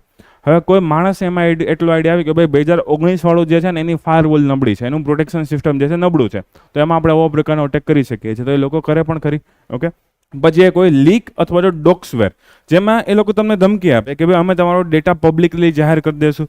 ઓકે, જેના કારણે તમને લોકોને નુકસાન થાય. જેમ કે આધાર કાર્ડ હોય એના ડેટા પબ્લિકલી લીક કરી દેવામાં, કોઈ ડેબિટ કાર્ડ હોય, ક્રેડિટ કાર્ડ હોય એ ડેટા લીક કરી દેવામાં આવે. કોઈ મોબાઈલ રેન્સમવેર જે ખાલી ને ખાલી મોબાઈલ એપ્લિકેશન અથવા તો મોબાઈલને જ અટેક કરી શકતા હોય છે. કોઈ વાઇપર્સ હોય, વાઇપર્સમાં શું હોય તો કે ભાઈ તમારો ડેટા ડિલીટ કરવાનું, ઇરેઝ કરવાની ધમકી આપતા હોય કે ભાઈ એ લોકો એમ ના કે લોક કરી દીધો, લીક કરી દેશું, એ કે ડિલીટ કરી દેશું. કેમ કે તમારા ડેટાની કંઈ કિંમત ના હોય, કોઈને પડી ના હોય, તો કે તમને તો પડી છે ને હવે ડિલીટ કરી નાખશું. પછી કોઈ સ્કેરવેર તમને અલગ અલગ ધાક ધમકી આપે, અલગ અલગ પ્રકારની. એ ધાક ધમકીમાં એવું પણ હોય કે જેમ કે તમે ઘણી વેબસાઇટ વિઝિટ કરો ને તો કદાચ લખેલું આવી શકે કે ભાઈ મિનિસ્ટ્રી ઓફ હોમ અફેર્સ પાસે તમારું IP એડ્રેસ આવી ગયું છે, આ વેબસાઇટ તમે ઇલીગલી વિઝિટ કરેલી છે, તમને આ કાયદા હેઠળ પકડવામાં આવે. તમારે એવું ના કરવું હોય તો નીચે ક્લિક કરો. આપણે તો બી જાશું યાર, હું તો મૂવી ડાઉનલોડ કરવા ગયો હતો, હું તો સોંગ ડાઉનલોડ કરવા ગયો હતો અને આ શું આવી ગયું. અને હા, ચોખ્ખો મિનિસ્ટ્રી ઓફ હોમ અફેર્સનો સિમ્બોલ રાખેલો છે કે મિનિસ્ટ્રી ઓફ IT નો સિમ્બોલ રાખેલો છે કે કોઈ એકાદા પોલીસ ડિપાર્ટમેન્ટનો સિમ્બોલ રાખી દીધો હશે. તમને એમ થશે યાર હું તો ક્યાંક ફસાઈ ગયો છું. તમે એમાં બેક પણ નહીં કરી શકો, 4-5 વાર બેક કરશો ત્યારે માંડ જશે. ઓકે, તો એ લોકો એવું પણ કરે કે ભાઈ તમને ડરાવી દે. હકીકતમાં પોતે કોઈ હોય જ નહીં, ખાલી એક એવો મેસેજ મૂકી દીધો હોય. હવે મિનિસ્ટ્રી ઓફ ઓફર્સવાળા શું કામ તમને મોબાઈલમાં કોઈ વેબસાઇટ વિઝિટ કરવાનો એવો પેલું આપશે? એ ડાયરેક્ટ તમને ઘરે આવીને પકડી જશે ને ભાઈ. ઓકે, એ શું કામ તમને મોબાઈલમાં વોર્નિંગ આપવાના છે? ઓકે, તો એ સ્કેરવેર હોય. પછી હવે એમાં અલગ અલગ પ્રકારની એવી વસ્તુ પણ છે, ડબલ અને ટ્રિપલ અટેક પણ કરે. ડબલ અને ટ્રિપલ અટેકમાં શું હોય કે એ લોકો, અહીંયા લખેલું છે ડબલ એક્સટોર્શન અને ટ્રિપલ એક્સટોર્શન. હવે સિંગલ હોય એમાં તો લોકો જનરલી રેન્સમ માગે. ડબલમાં એ લોકો રેન્સમ પણ માગે અને ઓનલાઈન લીક પણ કરી શકે છે. તમે આપી દીધું હોય કે ના આપી દીધું હોય, લીક પણ કરી શકે. થર્ડમાં એવું પણ કરે કે તમને રેન્સમ પણ માગે, એ લઈ લે, ડેટા પણ લીક કરી દે, અને ઇવન તમારા જે કસ્ટમર હોય ને એનો ડેટા પણ લીક કરી દે. માની લો કોઈ બેંકમાં અટેક થયો છે, મારો ડેટા છે, મારો ડેટા એ લોકો લીક કરી દે, તો મારું જે વિશ્વાસ XYZ બેંક ઉપરથી ઘટી જાય, તો કસ્ટમર બેઝ કેવો થઈ જવાનો છે? ઘટી જવાનો છે. સેમ ટુ સેમ કોઈ ઝોમેટો છે, કોઈ આધાર કાર્ડ છે, કોઈ ICMR છે, Indian council of medical resource, કોઈ પણ હોય રિસર્ચ હોય, તો એનો ડેટા લીક કરે પ્લસ એના કસ્ટમર્સનો ડેટા લીક કરે, તો એ ટ્રિપલ એક્સટોર્શન કહેવાશે. ઓકે, તો આવી રીતે જે છે અલગ અલગ રેન્સમવેર જે છે કાર્ય કરતા હોય છે. કઈ રીતે આવી શકે? સિમ્પલ, તમે કોઈ મેસેજ ઉપર ક્લિક કરો, RBIની ઘણી બધી એડવર્ટાઇઝમેન્ટ આવે, કોઈ અનનોન લિંક ઉપર ક્લિક ના કરો, કોઈ તમને ઈમેલ મોકલે ને એમ કહે કે તમે 50,000 રૂપિયા જીતી ગયા. કોઈ નવરું નથી બેઠું 50,000 રૂપિયા આપવા. ઓકે, સરકાર 2,000ની સબસિડી આપે ને તો એ 10 વાર પ્રમોટ કરે છે, તો કોઈ 50,000 આપે તો એ લોકો 17 વાર પ્રમોટ કરશે. એટલું તમે યાદ રાખવાનું માઇન્ડમાં. ફ્લિપકાર્ટ વાળા ને એમેઝોન વાળા ખાલી 1,000 રૂપિયાની ડિસ્કાઉન્ટ આપે ને એને બિગ બિલિયન ડે કહી દે છે એ લોકો. તો ઇમેજિન કરો કે ભાઈ કોઈ તમને 1 રૂપિયામાં આઈફોન શું કામ આપવાનું છે? આવા મેસેજ આવવાના, વોટ્સઅપમાં આવવાના, ટેક્સ્ટ મેસેજમાં આવવાના, ઈમેલમાં આવવાના, અને એમાં ભૂલથી ક્લિક કરી નાખો એટલે રેન્સમવેર તમારી અંદર આવી જશે. અથવા તો કોઈ પેન ડ્રાઈવની મદદથી આવી જાય છે રેન્સમવેર. કોઈ વાર એવું થાય કોઈ સોફ્ટવેર ખરાબ થઈ ગયું હોય એની મદદથી આવી જાય છે, કોઈ ફાઇલ ટ્રાન્સફરથી આવી જતો હોય, બ્લૂટૂથથી આવી જતો હોય છે, વાઈફાઈથી આવી જતો હોય. અલગ અલગ રીતે જે રેન્સમવેર આવી શકે છે. મોટા ભાગે પબ્લિક વાઈફાઈ ને સિક્યોર ના હોય, તો પબ્લિક વાઈફાઈમાં ઘણી વાર આવી જાય. તમને થોડુંક એવું થતું હોય કે ભાઈ હું લોભ લાલચ કરું, 200-500 રૂપિયા રિચાર્જ ના બતાવું અને પેલું GSRTC વાળાનું ઇન્ટરનેટ વાપરું કે ઇન્ડિયન રેલવે વાળાનું ઇન્ટરનેટ વાપરું, અને એમાંથી ઘણી વખત જે છે એવા વાયરસ આવી શકે. સાચી વાત છે, એમાંથી એવા વાયરસ આવવા વધારે સરળ બનતા હોય છે. હવે આને અટકાવવા કઈ રીતે? સાવ સિમ્પલ વસ્તુ છે. પહેલાં તો RBI કેમ માનો. હવે કોઈ અનનોન જગ્યા ક્લિક નહીં કરો. નાના હતા ત્યારે કહેતા ને કોઈ અજાણી વ્યક્તિ કોઈ આપે બિસ્કિટ તો ખાવા નહીં, ચોકલેટને. હવે આપણે સાવ સિમ્પલ ધ્યાન રાખવાનું, અજાણી લિંક ઉપર ક્લિક નહીં કરવાનું. ઓકે, દોસ્તાર મેસેજ ફોરવર્ડ કરે ને તો એને ના પાડી દેવાની, ભાઈ માર નથી જોવો, તું તારા મોબાઈલમાં દેખાડી દે મને. ઓકે, તો એવી અનનોન લિંક ઉપર ક્યારેય પણ ક્લિક નહીં કરવાનું. પહેલી વસ્તુ તો. બીજી વસ્તુ એ કે તમારે સોર્સ ગોતવાનો. ક્યાં થયો? પેનડ્રાઈવથી આવ્યો, બ્લૂટૂથથી આવ્યો, ઈમેલથી આવ્યો, બેંકમાં આવે છે, IT સેક્ટરમાં આવે છે, ફાઇનાન્સ સેક્ટરમાં આવે છે, મેડિકલ સેક્ટરમાં ક્યાં આવે છે? એનો સોર્સ ગોતશો ને તો એને પકડવું ઇઝી પડે. ઓકે, માની લો તમને એટલો આઈડિયા આવી ગયો બ્લૂટૂથથી આવે છે, તો એ બ્લૂટૂથથી આવતો હોય તો બ્લૂટૂથ ડિવાઇસ ઉપર વધારે વોચ રાખવાનું ચાલુ કરી દેવાનું. બેન્કિંગ ઉપર આવતો હોય તો બેન્કિંગની જેટલી પણ સેક્ટર હોય તો એના ઉપર ધ્યાન રાખવાનું સ્ટાર્ટ કરી દેવાનું. તો એનો સોર્સ ગોતવાનો. સોર્સ ગોતો તો એને પકડવો જે છે વધારે ઇઝી પડી શકે છે. પછી બીજી વસ્તુ, એને ડીકોડ કરવાની ટ્રાય કરવાની. આખી ટીમ આપણી બેઠેડી હોય છે કે જેને ડીકોડ કરવાની ટ્રાય કરે. ડીકોડ કરી દેશો તો ફાયદો શું થશે? તમે ડિમાન્ડ માનશો નહીં. ઓકે, અને ડિમાન્ડ નહીં માનો તો સાવ સિમ્પલ તમારો ડેટા તમને પાછો મળી જશે. એના સિવાય શું કરી શકો? બેકઅપ રાખી શકો. રોજે રોજનું બેકઅપ હોય. માની લો આજ સવારે 9 વાગે મારો ફોન લોક થઈ ગયો, પણ હું રોજ રાત્રે જે છે 9 વાગે મારો બેકઅપ લઈ લેતો, મને કાંઈ ફેર નહીં પડે. હું પાછો ડેટા શું કરી દઈશ? રાત્રિનો જે હોય, કોઈ મેં પેન ડ્રાઈવમાં લીધો હોય, હાર્ડ ડિસ્કમાં લીધો હોય, ફરી પાછો લઈ લેશો, વાંધો નહીં આવે. પણ હવે તમે જો રોજે રોજ એટલો ડેટા મોટી મોટી કંપનીઝ હોય એને બેકઅપ લેવો અઘરો પડી શકે છે. ઓકે, અલગ અલગ કેટલાય PC હોય અને બધામાંથી ડેટા કેટલોક બેકઅપ લે. એના સિવાય જે છે ફાયરવોલ વધારે મજબૂત બનાવે, મતલબ કે જે આપણા સોફ્ટવેર હોય એ વધારે મજબૂત બનાવી શકીએ છીએ. અને લીગલ સોફ્ટવેર વાપરવા. ઘણા તમારા બધાના જે લેપટોપ કે મોબાઈલ હોય એમાં ઇલીગલ સોફ્ટવેર તમે વાપરો છો.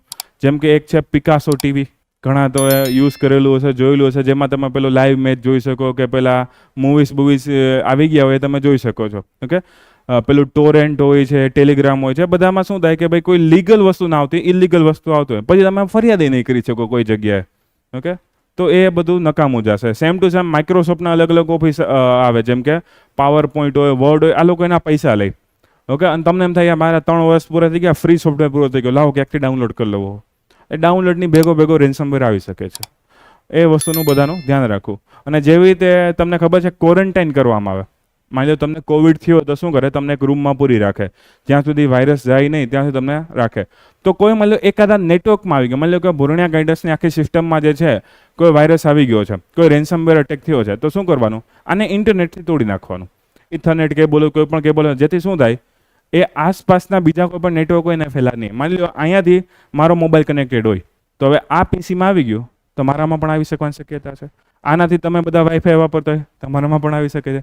તમારું વાઈફાઈ તમે પાછા ઘરે તમારા રૂમ પાર્ટનર્સ હોય કે એ પણ વાપરતા હોય, એમાં પણ ટ્રાન્સફર થાય કે. તો સેમ વસ્તુ જે આપણે ફિઝિકલી કરીએ છીએ કે ભાઈ ક્વોરન્ટાઇન કરી દેવાનું, આમાં આખા નેટવર્કને ક્વોરન્ટાઇન કરવાનું. એક પીસીમાંથી તો એક પીસીને છૂટું પાડી દો, એમાં કોઈ હાર્ડ ડિસ્ક સોફ્ટવેર કે છે એની કોઈ આપલે નહીં કરવાની, કોઈ પેન ડ્રાઈવ સીડી કે કોઈ પણ હાર્ડ ડિસ્ક જે છે એની આપલે નહીં કરવાની. એટલે શું થાય, એ કોઈ રેન્સમવેર જે છે ફટાફટ ફેલાય નહીં. ઓકે, પણ આ બધું તો મેઇન્સમાં આવશે. અત્યારે ખાલી આ કરંટની જે ન્યૂઝ છે તમે જોતા જાઓ, અને એનાથી યુપીઆઈને પણ અફેક્ટ થઈ હતી.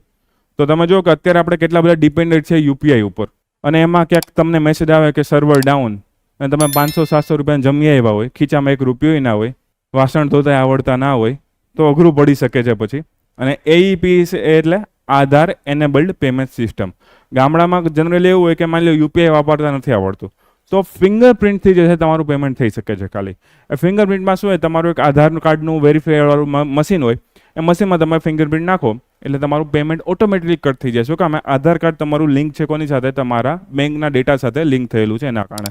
અને એ બહુ સેન્સિટિવ છે. શું કામ ખબર, આધાર કાર્ડનો ડેટા લીક થઈ ગયો, તમારા ફિંગરપ્રિન્ટનો ડેટા લીક થઈ ગયો, તો કોઈ પણ વ્યક્તિ એમાં પૈસા ઉપાડી શકે, શક્યતા એવી વધી જાય છે. ઓકે, તમારા બધાના મોબાઈલની કંપની પાસે તમારી ફિંગરપ્રિન્ટ છે. હવે આગળ વાંચો. એઈપીએસ તમે બંધ પણ કરી શકો છો, જે પણ બેંકનું સોફ્ટવેર યુઝ કરતા હોય એમાં જઈને. સાયન્સમાં વાંચો, ડિજિટલ ટેકનોલોજી ભણાવીશ ત્યારે આ તમને રિવાઇઝ કરાવીશ, એટલે તમે મને રિવાઇઝ કરાવશો. સાવ સિમ્પલ એવું એમસીક્યુ પૂછે તમને, ડબલ એક્સટોર્શન અને ટ્રિપલ એક્સટોર્શન કઈ જગ્યાએ નીચે એમાંથી કઈ વસ્તુ સાથે સંકળાયેલું છે. બસ એક સિંગલ લાઇનર જ પૂછશે, ખાલી શબ્દ ખબર હોય તો પણ તમારું કામ થઈ જશે, વાંધો નહીં આવે. પ્રકારો, અહીંયા તમારું માથું દુખશે પણ યાદ રાખવા પડશે. ડન. વર્લ્ડ ડેવલપમેન્ટ રિપોર્ટ, આ તમારે કામની વસ્તુ આવી. હવે એક વર્લ્ડ ડેવલપમેન્ટ રિપોર્ટ છે, ફેમસ છે. હવે એમાં આ વખતે વાત કરવામાં આવી છે મિડલ ઇન્કમ ગ્રુપ્સની. મિડલ ઇન્કમ એટલે કે એવા દેશો કે જે મધ્યમ આવક ધરાવતા સમૂહમાં ફસાઈ ગયા છે અને હવે અપર ઇન્કમ સુધી જઈ નથી શકતા. ઓકે, 3 ગ્રુપ વર્લ્ડ બેંક દ્વારા પાડવામાં આવે છે, લોઅર, મિડલ અને અપર ઇન્કમ, અથવા તો હાઈ ઇન્કમ કન્ટ્રીઝ એવા પાડવામાં છે. લોઅર, મિડલ અને હાઈ. મિડલના પાછા 2 ભાગ છે, lower middle, upper middle. Okay, આને બંનેને મિડલ સેક્શન જ કહેવામાં આવશે. ઓકે, તો લો ઇન્કમ, હાઈ ઇન્કમ. હવે લો ઇન્કમ વાળા કોને કહેવામાં આવે છે કે ભાઈ જેની પર કેપિટલ ઇન્કમ મતલબ કે માથાદીઠ આવક જે છે એ કેટલા કરતા ઓછી હોય, $1145 કરતા ઓછી હોય, તો એને કહેવામાં આવશે લો ઇન્કમ કન્ટ્રીઝ કહેવામાં આવશે. જેની માથાદીઠ આવક $1100 થી $4500 આસપાસ હોય એને લો મિડલ કહેવામાં આવશે. ભારત આની અંદર આવે, કેમ કે ભારતની માથાદીઠ આવક કેટલી છે, $2300 આસપાસ છે. જનરલી $2000 આસપાસનો ડેટા ઘણી બધી જગ્યાએ મળે, પણ એ 2020-21નો છે. ઓકે, આ 22માં ખુદ વર્લ્ડ બેંક અપડેટ કરેલો છે, તો એમાં $2390 જે છે લખેલો છે, એટલે લગભગ $2400. હવે $2400 તમે કન્વર્ટ કરો, આપણે રફલી લઈ લે, ચલો 100 રૂપિયા જ લઈ લે, આપણે વધારે નથી લેવા. 2400 અને 2 મીંડા મૂકી દો તો આ કેટલા રૂપિયા થયા, 2,40,000 થયા. 2,40,000 એક વર્ષના ભારતના લોકો એવરેજ કમાય છે. 2,40,000 કેટલા થયા તમને ખબર છે, મહિનાના માંડ 20,000. અને આ તો એવરેજ છે. એવરેજ છે મતલબ એમાં અદાણીની ઇન્કમ પણ આવી ગઈ, અંબાણીની પણ આવી ગઈ, તાતાની પણ આવી ગઈ. તો બીજા લોકોની ઇન્કમ એમાંથી ઘટાડવી પડશે ને. એવરેજ એટલે તમને ખબર છે, એક વધારે તો બીજું છે ઓટોમેટિકલી નીચે વહી જવાનું છે. અદાણી, અંબાણી એ બધાની ઇન્કમ કાઢી નાખો તો આ $2400 પણ ના રહી. તો ઇમેજિન કરો કે ભારતમાં અત્યારે લોઅર મિડલ ઇન્કમ ગ્રુપમાં છે, અહીંયાથી આપણે આગળ જવું છે. આપણે એમ તો કહી દઈશું કે આપણે $5 ટ્રિલિયન ઇકોનોમી બની જશું, આપણે $7 ટ્રિલિયન બની જશું, ટોપ 3 ઇકોનોમીમાં આવી જશું. આપણે આગળ ખાલી યુએસ અને ચાઇના જ રહેશે, આપણે યુરોપ, જાપાન કરતાં હમણાં અમુક વર્ષમાં 2047માં વિકસિત ભારત બની જશું. પણ મેઇન પ્રશ્ન છે ડિસ્ટ્રીબ્યુશનનો. તો ડિસ્ટ્રીબ્યુશન પ્રોપરલી નહીં થાય તો એના કારણે પ્રોબ્લેમ થવાની છે. કદાચ આ ડેટા કાલે સવારે એવું પણ થાય કે $20,000 થઈ જાય, માની લો, પણ $20,000 ખાલી ટોચના 15% લોકો જ કમાતા હોય તો બાકીના 80%, 90%, 70% લોકો જે છે એ હજુ $2,000 જોઈતો તો નકામું ને. ઓકે, અને એના કારણે સામાજિક પ્રશ્નો, આર્થિક પ્રશ્નો સર્જાઈ શકે છે. જે અસમાનતાની આપણે વારે ઘડીએ વાત કરીએ છીએ, એ અસમાનતાના પ્રશ્ન આવી શકે છે. તો વર્લ્ડ બેંકે પણ વોર્નિંગ આપી છે લગભગ 100 જેટલા દેશને કે તમે લોકો જો ફટાફટ રિફોર્મ નહીં કરો, તમે મિડલ ઇન્કમ ગ્રુપમાં ફસાયેલા રહેશો અને ક્યારેય હાઈ ઇન્કમ ગ્રુપમાં ઘણા વર્ષો સુધી નહીં જઈ શકો. ઓકે, આનો એક સાવ સિમ્પલ એક્ઝામ્પલ આપું. તમારે કોઈ 10મા ધોરણની એક્ઝામ હોય, 12મા ધોરણની એક્ઝામ હોય, તમે ફેલ થતા હોય, માની લો કે તમારા 20% માર્ક આવે, 15% આવે, માંડ 25% આવે છે, અને તમે એમાંથી પાસ થઈ જાઓ, તમે 40% લેવા, 50% લેવા, તમે ખુશ થઈ જાઓ, હે મેં ડબલ પ્રોગ્રેસ કરી, 20% માં 40% આવી ગયા, મતલબ તમે એવરેજ આવી ગયા, મિડલમાં આવી ગયા. પછી એક ફેઝ આવે, 50 થી લઈને તમારે 85-90 ની આસપાસ જવાનો. જે અઘરો પડી શકે, પણ મહેનત કરો તો પહોંચી જાઓ. પછી એક ફેઝ આવે જે દુઃખી રહી, તમારા મારા જેવા લોકો 95 આવે ને તેમ થાય યાર 95 જ કેમ આવ્યા, 96 કેમ ના આવ્યા, 96 આવે તો વિચારે ઓલાન તો 97 આવ્યા, મારે 96 આવ્યા. ઓકે, તો એવી કોમ્પિટિશન થવા માંડે. તો એક લેવલ આવે ને પછી તમારી ઇન્કમ બહુ જ ધીમે ધીમે હોય છે. પછી 12 કલાક વાંચો ને તો એ સાલા એવું થાય કે યાર 120 માર્ક તો થતા જ નથી STIમાં. ઓકે, કેમ કરવું, આટલું વાંચીએ છીએ તેટલું વાંચીએ છીએ. તો એક લિમિટ આવશે કે ઇન્વેસ્ટમેન્ટ વધતું જાય, આર્થિક વિકાસ વધતો જાય, ગરીબી ઘટતી જાય, ઓકે, ઇન્ફ્રાસ્ટ્રક્ચર વધતું જાય. છતાં પણ એવું થશે કે મિડલ ઇન્કમ ગ્રુપમાંથી હાઈ ઇન્કમ ગ્રુપમાં આપણે પહોંચી જ નથી શકતા. ઓકે, એક ટ્રેપ કહેવાય અને મિડલ ઇન્કમ ટ્રેપ કહેવામાં આવે છે. આખો ઇકોનોમીનો પોઈન્ટ છે. તો હવે મિડલ, આપણે તો ભારત તો પહેલા લોઅર મિડલમાંથી અપર મિડલમાં જશે ને, આપણે ડબલ પ્રોગ્રેસ કરશું ને ત્યાં તો અપર મિડલમાં પહોંચશું આપણે હજુ. ઓકે, ત્યાં તો આપણે હજુ અપર મિડલમાં પહોંચશું. અને એ 4-5 હજારથી આપણે 15,000 જેટલું ક્રોસ કરશું રાઉન્ડ. અને આપણે જ્યારે ક્રોસ કરશું ત્યારે આ ડેટા પાછો વધી ગયો હશે ને થોડો ઘણો, તો આખા વર્લ્ડની એવરેજ લેવામાં આવે આમાં. ઓકે, અને ડેટા પાછો વધી જાય તો આપણે પાછું 15,000 ને બદલે 20,000 ડેટા થઈ જાય, તો ફરી પાછા 2-4 વર્ષ એક્સ્ટ્રા થવાના છે. તો ત્યારે તો આપણે હાઈ ઇન્કમમાં પહોંચશું. તો જો 2047માં 7 ટ્રિલિયનની ઇકોનોમી થાય કે 6 ની થાય કે 5 ની થાય, એનાથી ફેર નહીં પડે. માથાદીઠ આવકથી ફેર પડશે. માથાદીઠ આવક પણ કેવી, ડિસ્ટ્રીબ્યુટેડ હોવી જોઈએ. બધા લોકો સરખું આવક કરતા હોય ત્યારે એને આપણે એમ કહીશું કે એવરેજ આવક હકીકતમાં એટલી છે. ઓકે, તો એક આ પ્રશ્ન છે. અને વર્લ્ડ બેંકે ખાલી ભારતને નહીં, લગભગ 104 એક્ઝેક્ટ છે, 100 જેટલા દેશને એવું કીધું છે કે જો તમે કોઈ સુધારા વધારા નહીં કરો તો બહુ જ પ્રોબ્લેમ આવે. અને આખો રિપોર્ટ બહુ મોટો રિપોર્ટ છે, તોય મેં કટ કર્યું તોય 4-5 પેજ થઈ ગયા છે આમાં. ઓકે, બીજી વસ્તુ કે તમને ખાલી આઈડિયા આવે એના માટે કે કયા દેશ વધારે ઇન્કમ કમાય છે. તો જો જે એકદમ ડાર્ક ઝોનમાં જે છે એ 50,000 કરતાં વધારે કમાય. ભારત 2,000 કમાય છે. ઓકે, અને એમાંય rich people, middle people, lower people બધા મિક્સમાં છે આપણે. તો તમે ઇમેજિન કરો, US વાળા $50,000. ઓકે, આ તમે જો. ઓકે, આ આખું યુરોપ તમે જો તો 1980-90 થી છે ને ખાલી કંઈક 30 કે 35 દેશ છે ને એ મિડલમાંથી અપરમાં જઈ શક્યા, અપર ઇન્કમમાં જઈ શક્યા, રીચ કન્ટ્રીઝમાં ટ્રાન્સફર કરી શક્યા છે. મતલબ કે ડેવલપિંગમાંથી ડેવલપ બની શક્યા છે.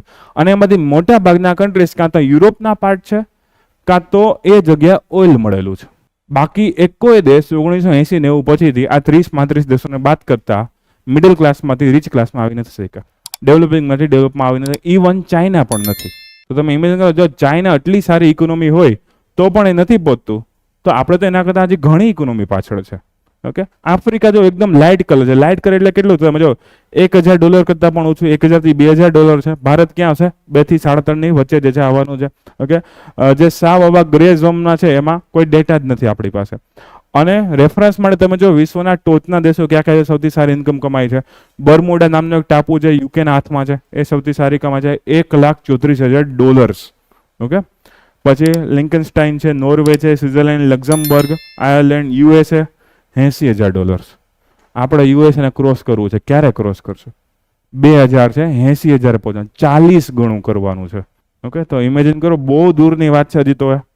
તો 80,000 છે, બહુ પાછળ કહેવાય. અત્યારે સૌથી ખરાબમાં ખરાબ કન્ડિશન તો સોમાલિયાની, સિરિયાની, અફઘાનિસ્તાનની, એ બધા દેશની જે બહુ ખરાબ કન્ડિશન જોવા મળે. બાકી તમે જો આ આખો ભાગ છે એને કહેવામાં આવશે ગ્લોબલ સાઉથ. આની પહેલા ગ્લોબલ સાઉથનો એક રિપોર્ટ લીધેલો છે, એમાં તમને ખબર છે એક લાઇન ડ્રો કરવામાં આવે છે હવે. ઓકે, એ લાઇન જે ડ્રો કરીએ છે એમાં આ 2 દેશ નથી આવતા. કયા છે? ન્યુઝીલેન્ડ અને ઓસ્ટ્રેલિયા જે છે એ નહીં આવે. બાકી આખા વિસ્તારને શું કહેશું આપણે? ગ્લોબલ સાઉથ કહેવામાં આવશે.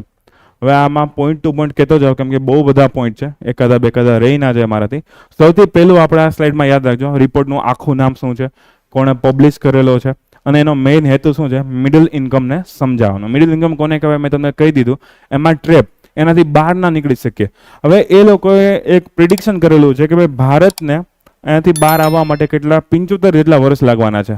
જો છે ભારત જે છે એને યુએસના ચોથા ભાગ સુધી પહોંચવા 1/4, એટલે કે લગભગ $15,000 થી $20,000 સુધી પહોંચવું હોય ને તો હજી આપણને 75 વર્ષ લાગશે. આપણે કોઈ નહીં હોય ત્યારે તો આપણે યુએસએના ચોથા ભાગે પહોંચશું.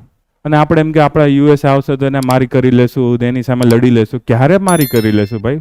હથિયાર તો હોવા છે ને આપણી પાસે સારા ક્વોલિટીના. તો 75 વર્ષ લાગવાના છે, 25% પહોંચતા યુએસએની. અને એ તો પ્રિડિક્શન છે. પ્રિડિક્શન સાચું પણ હોય, ખોટું પણ હોય. 75 લાગે, 100 લાગે, 50 લાગે. ઓકે, સેમ ટુ સેમ ચીનને 10 વર્ષ લાગવાના, પણ ક્યાં સુધી? યુએસએના 25% સુધી પહોંચવામાં. હજુ ચીનને 10 વર્ષ બાકી છે, ઇન્ડોનેશિયાને 70 વર્ષ બાકી, ભારતને 75 વર્ષ બાકી છે. ઓકે, તમે જો બહુ ખતરનાક ડેટા જે છે આપવામાં આવેલો છે. એના સિવાય એ પણ કીધું આ જેટલા 104 દેશ છે ને એમાં આખા વિશ્વની 75% પોપ્યુલેશન રહે. તો જો આ 100 કે 104 દેશનો વિકાસ ના થયો ને તો 75% પોપ્યુલેશનમાં આર્થિક સામાજિક પ્રશ્ન હજુ જોવા જ મળશે. એમાં કોઈ ફેરફાર થવાનો નથી. તો એના કારણે પ્રશ્ન એ લોકો જીડીપીમાં વિશ્વની જીડીપીમાં 40%થી વધારે ફાળો આપે. અને તો જો અહીંથી જ તમને દેખાય ડિફરન્સ, 75% વસ્તી છે ને જીડીપીમાં ફાળો કેટલો છે? 40%. ઓકે, અને ઓલી 25% વસ્તી હશે જે બીજી યુરોપની અને અમેરિકાની, એનો મતલબ કે એ લોકો 20-25% પોપ્યુલેશન 60% જેટલી ઇન્કમ ભોગવે છે આરામથી. ઓકે, તો એ તમને આઈડિયા આવી શકે. પહેલી સ્લાઇડ હવે ફરીથી જોતા જ જાય. આ સ્લાઇડમાં કયું કયું યાદ રાખવાનું છે કહેતો જાઓ. મિડલ ઇન્કમ અને ઉચ્ચ આવક એટલે કે હાઈ ઇન્કમનું ટ્રાન્સફર કરવા માટેના પડકારો ચર્ચા કરવામાં આવેલા છે. રિપોર્ટનું આખું નામ વર્લ્ડ બેંક છે, સાવ સિમ્પલ છે તો યાદ રાખવાનું. વર્લ્ડ ડેવલપમેન્ટ રિપોર્ટ પૂછે કે વિશ્વ વિકાસ અહેવાલ પૂછે, ખાલી આટલું નામ પણ આપેલું હશે. ઓકે, વર્લ્ડ બેંક જે છે એ પબ્લિશ કરે છે. મિડલ ઇન્કમ ટ્રેપનો આખો કન્સેપ્ટ તમને પૂછી શકે. નીચે 2-3 લાઈન આપેલી હશે અને કીધું હશે મિડલ ઇન્કમ ટ્રેપ કોને કહેવામાં આવે છે. A, B, C, D માં લખેલું છે આપેલ તમામ. ઓકે, સાચું હોય તો આપેલ તમામ આવશે, બાકી જે સિલેક્ટ થતું હોય એ તમારે કરવાનું રહેશે. જોતા જાઓ. અત્યારે ભારત માટે મેઇન સમસ્યા છે કે એક્સટર્નલ એન્વાયરમેન્ટ, મતલબ કે આખા ગ્લોબલ ઇકોનોમી છે ને ભારતના સપોર્ટમાં. ગ્લોબલ ઇકોનોમી અત્યારે રિસેશનમાં છે, ડાઉનફોલમાં છે. ગ્લોબલ ઇકોનોમી ડાઉનફોલમાં હોય તો ભારતની કંપની એક્સપોર્ટ શું કરશે? કે ભારતની વસ્તુની ડિમાન્ડ ક્રિએશન કઈ રીતે થશે? રો મટીરિયલ આવવામાં વિલંબ થઈ શકે, ટેકનોલોજી આવવામાં વિલંબ થઈ શકે. તો આપણી ભારતની અંદર વસ્તી વિષયક પરિબળો સારા છે, મતલબ કે લેબર કોસ્ટ બહુ ઓછી છે તો આપણે પ્રોગ્રેસ સારી કરી શકીએ છીએ. ડિજિટલાઇઝેશન વિશ્વમાં ટોચના દેશોમાં ભારતનું નામ આવે છે, તો એ આપણા માટે અમુક પોઝિટિવ પણ છે અને એક નેગેટિવ પોઈન્ટ પણ છે. અને આનું સજેશન પણ વર્લ્ડ બેંકે આપ્યું, હમણાં કહું તમને. એનો 3I અપ્રોચ એ લોકોએ જાહેર કરેલો છે. અને બીજા પોલિસી પોઈન્ટ ઘણા કીધા, પણ 3I અપ્રોચ પ્રિલિમ્સમાં કામ આવી શકે એવો છે. હવે વર્લ્ડ બેંક વાળાએ મેઇન એ લોકોને શું વોર્નિંગ આપી કે તમે તમારી જૂની પદ્ધતિ ઉપર ધ્યાન આપશો, ખાલી ને ખાલી ઇન્વેસ્ટમેન્ટ ને ઇન્ફ્રાસ્ટ્રક્ચરનું ડેવલપમેન્ટ કરશો તો તમે મિડલ ઇન્કમમાં જ રહેશો. એક સમય એવો આવે કે ફિઝિકલ ઇન્ફ્રા ગમે એટલું વધે એનાથી ગ્રાઉન્ડ રિયાલિટીસમાં ફેર ના પડે. હું કહું ગમે એટલા હાઈવેઝ બને, ગમે એટલી બુલેટ ટ્રેન હશે, ગમે એવા 6 લેન કોરિડોર્સ બનશે, એકવાર એક સમય એવો આવશે કે એનાથી હવે ગરીબ લોકોને ફેર નહીં પડે, મિડલ લોકોને ફેર નથી પડવાનો. એક સેચ્યુરેશન પોઈન્ટ આવી જવાનું. પછી ફિઝિકલ ઇન્ફ્રા ગમે એટલું વધતું રહે, મૂડી ગમે એટલી, ઇન્વેસ્ટમેન્ટ ભારત દેશમાં ગમે એટલું આવતું રહે. તો એ લોકો એક સજેસ્ટ કર્યું છે કે ભાઈ તમે 3I અપ્રોચ ફોલો કરો. 3I અપ્રોચમાં શું કહેવામાં આવ્યું છે? તો અલગ અલગ જે ઇન્કમ ગ્રુપ છે, લો ઇન્કમ, લોઅર મિડલ ઇન્કમ અને અપર મિડલ ઇન્કમ, એ ત્રણેય માટે અલગ અલગ અપ્રોચ આપવાનો. જેની લો ઇન્કમ છે એને તો પહેલાં એમ જ કે તમે તો પહેલાં પૈસા જ ભેગા કરો, તમારે બીજું કંઈ જોવાનું જ નથી. તમે ગરીબ છો, પૈસા ભેગા કરો. આફ્રિકાના દેશો મોટા ભાગના આમાં આવી જશે. ઓકે, જે લોઅર મિડલ છે મતલબ કે ભારતવાળા, ઓકે, ઇન્વેસ્ટમેન્ટ અને ઇન્ફ્યુઝન ઓફ ફોરેન ટેકનોલોજીસ. તો આપણે ફોકસ ત્યાં કરવાનું છે સારી ટેકનોલોજી ઉપર, હાઈ એન્ડ પ્રોડક્શન ઉપર, ક્વોલિટેટિવ પ્રોડક્શન ઉપર, સસ્ટેનેબલ પ્રોડક્શન ઉપર ફોકસ કરવાનું છે કે જેનાથી ભારત દેશમાં સારા લેવલનું પ્રોડક્શન થાય અને દરેક લોકોની ઇન્કમમાં વધારો થાય. કેમ કે પ્રોડક્શન જેટલું સારું થશે એટલા પૈસા કામદારોને, મજૂરોને મળવાના છે. જેટલું હું એમ કહું મશીન જેટલા અપગ્રેડ થતા કે એમ પગાર વધતો ગયો હતો. ઓકે, તમે પહેલાં સોય દોરાથી સિલાઈ કામ કરો તો 10-20 રૂપિયા લઈ શકો, પણ એમ કહી શકો કે ભાઈ પેલું ડ્રાય ક્લિનિંગ કરીએ તો 150-200 રૂપિયા લઈ લે છે. એમને કપડાં ધોવા આપો તો 10-15-20 રૂપિયામાં ધોવાઈ જશે. જેટલી ટેકનોલોજી અપગ્રેડ થાય છે એટલે તમે જો ભાવ જે છે એ વધતા જ જાય છે. તો જેટલા સારા મશીનરીઝ હશે, જેટલી નવી નવી આપણા સેક્ટર ઓપન થશે ટેકનોલોજીસના કારણે, એના કારણે આવક વધી શકે છે. અને જે લોકો અપર મિડલમાં છે એમાં એક વસ્તુ એડ કરવામાં આવી, ઇનોવેશન. બને એટલું ઇનોવેશન કરો. અત્યારે જેટલું યુરોપવાળા, અમેરિકાવાળા જેટલું ઇનોવેશન કરે છે એ લેવલનું ઇનોવેશન કરશો ત્યારે તમે એ લેવલે પહોંચવાના છો. ઇનોવેશન દરેક જગ્યાએ, ફાઇનાન્સ સેક્ટરમાં હોય, બેન્કિંગમાં હોય, ટેકનોલોજીમાં હોય, સ્પેસમાં હોય, ડિફેન્સમાં હોય, ગરીબીને સોલ્વ કરવામાં પણ ઇનોવેશન હોય છે. ઓકે, તો અલગ અલગ જગ્યાએ ઇનોવેશન કરવાનું છે અને એ ઇનોવેશન થશે ત્યારે અપર મિડલમાંથી અપરમાં પહોંચી શકાશે. તો ભારતમાં 2I ફેઝ છે અત્યારે, એ તમે યાદ રાખજો, કદાચ પૂછે તો. પણ તમને સાવ સિમ્પલ એવો પ્રશ્ન પૂછે કે 3I નામનો પોઈન્ટ કોના દ્વારા આપવામાં આવ્યો છે? વર્લ્ડ બેંક દ્વારા આપવામાં આવ્યો. કોની અંદર આપવામાં આવ્યો? આ રિપોર્ટની અંતર્ગત આપવામાં આવ્યો છે. એમાં ભારત માટે કયો તબક્કો લાગુ પડશે? 2I તબક્કો લાગુ પડશે. ટોટલ 1I, 2I, 3I ના ફૂલ ફોર્મ જણાવો. કે investment plus infusion of technologies, investment, infusion and innovation. Okay, તો આ 3I છે. પહેલાં આ વાળી સ્લાઇડ વાંચી લો. અને એ લોકો એક્ઝામ્પલ તરીકે સાઉથ કોરિયાને કીધું છે. એક સમય એવો હતો કે સાઉથ કોરિયાની ઇન્કમ પણ બહુ ઓછી હતી. કેટલી હતી? $1200 જેટલી હતી. ઓકે, $1200 અત્યારે લોકો પહોંચી ગયા છે $33,000. તો જો સાઉથ કોરિયાએ ઘણું પ્રોગ્રેસ કરેલું છે. બીજું પડકારો કેટલાક કહેવામાં આવ્યા છે ભાઈ, જેટલા પણ ડેવલપિંગ દેશો છે, ખાસ કરીને એશિયાના, સાઉથ એશિયાના, સાઉથ ઇસ્ટ એશિયાના દેશો છે, એમાં એવું કહેવામાં આવ્યું કે ભાઈ વસ્તી હવે વૃદ્ધ થવા મળી, ખાસ કરીને સાઉથ ઇસ્ટ એશિયા, સાઉથ એશિયામાં ધીમે ધીમે સ્ટાર્ટ થવા મળશે કે આવનારા તમે જો 75 વર્ષ લાગશે, હવે ત્યાં તો આપણે બધા વૃદ્ધ થઈ ગયા છો. ઓકે, જે અત્યારે ડેમોગ્રાફિક ડિવિડન્ડ જે છે એનો મતલબ શું છે, યંગ જનરેશનનો અત્યારે ટાઈમ ચાલી રહ્યો છે. ભારતની એવરેજ આયુષ્ય છે બહુ જ ઓછી છે, પણ 75 વર્ષ પછી આવું સેમ કન્ડિશન નહીં હોય ને, પછી વૃદ્ધોની સંખ્યા વધી ગઈ હશે, બાળકોની સંખ્યા ઓછી થઈ ગઈ હશે, તો એના કારણે પાછા પ્રોબ્લેમ આવશે. એના સિવાય દેવું આપણું વધતું જાય છે. જેમ કે ભારતનું એક દેવું હમણાં લાસ્ટ ટુ લાસ્ટ મંથમાં રિપોર્ટ હતો કે ભારતનું જે ડેપ્થ જે છે બહુ વધતું જાય છે. વર્લ્ડ બેંક વાળાને IMF વાળા કંઈક ટીકા કરે છે, ભારતે સામું સંભળાવી દીધું હતું, કાંઈ વાંધો નહીં. ઓકે, જીઓ પોલિટિકલ વસ્તુ છે. તમે જો ભારતની આસપાસ ક્યાંય સેફ છે ને આજુ ડાબું ના જવાય જમણું ના જવાય, તો જીઓ પોલિટિકલ ટેન્શન જે છે વધતા જાય છે. પાકિસ્તાન એ, બાંગ્લાદેશ એ, શ્રીલંકા, મ્યાનમાર બધે ટેન્શન જ ચાલુ છે. ઓકે, થોડા ક્રોસ કરીને ઈરાન ઇઝરાયલ, એ લોકો તો ગળા કાપ ફાઇટ ઉપર ઉતરેલા છે, નક્કી નથી ગમે ત્યારે યુદ્ધ ચાલુ થઈ જાય. ઉપરની સાઈડ જાઓ રશિયા યુક્રેનમાં, અહીંયા બધા બધી ચાલુ જ છે. ઓકે, તો જીઓ પોલિટિકલ ટેન્શન વધારે છે. વેપારની કોમ્પિટિશન બહુ વધારે છે. ચાઇનામાંથી જે વેપાર રીલોકેટ થઈ ગયો છે એના માટે વિયેતનામ પાછળ પડ્યું, ઇન્ડોનેશિયા પાછળ પડ્યું, થાઈલેન્ડ પાછળ પડ્યું, ભારત પાછળ પડેલો છે. હવે તો ઘણા આફ્રિકાના દેશો પણ પ્રોગ્રેસિવ થઈ ગયા છે, તો એ પણ જે છે આ રેસમાં આવી જાય છે. તો વેપારની કોમ્પિટિશન પણ બહુ વધારે છે. અને મેઇન વસ્તુ નેટ ઝીરો પણ ભેગું કરવાનું છે ને, તો નેટ ઝીરો ક્વેશ્ચન ડેવલપમેન્ટ એ કરશે, બંને ભેગું કરવું જનરલી અઘરું પડવાનું છે. ઓકે, તો અમુક પેલા ચેલેન્જીસ કીધા છે. ઓકે, મિડલ ઇન્કમ ટ્રેપ શું છે મેં તમને સમજાવી દીધું છે, એકવાર વાંચી લ્યો. આમાં આંકડા છે, બહુ બધા એક્ઝેક્ટ યાદ ના રાખતા, આ વાળા જોજો. ઓકે, આ વાળા વર્લ્ડ બેંકે 2025ના વર્ષ માટે આપેલા છે. અત્યારે 24 ચાલુ છે. ઓકે, પણ ફાઇનાન્સિયર 2025 સુધી આ રહે છે. જો અહીંયા $13,000 છે ને અહીંયા 14,000 છે, એનો ડિફરન્સ એટલે જ છે. આ લોકો ગયા વર્ષનો ડેટા લઈને આ રિપોર્ટ બનાવ્યો અને એની વેબસાઇટમાં જે નવો ડેટા આપેલો છે આપેલો છે. ઓકે, જો ગયા વર્ષનો ડેટા મુજબ 13,845, એમાં હવે જો $150-200 વધી ગયા, મોંઘવારી છે ને, તો $150-200 વધી ગયા નેક્સ્ટ યર માટેના. આપણે કંઈ છે નહીં, 2,000 છીએ આજે. આપણે ક્યાં આપણે 15,000 પહોંચશું ત્યારે જોશું ક્યાં પહોંચ્યા છીએ. રેડી?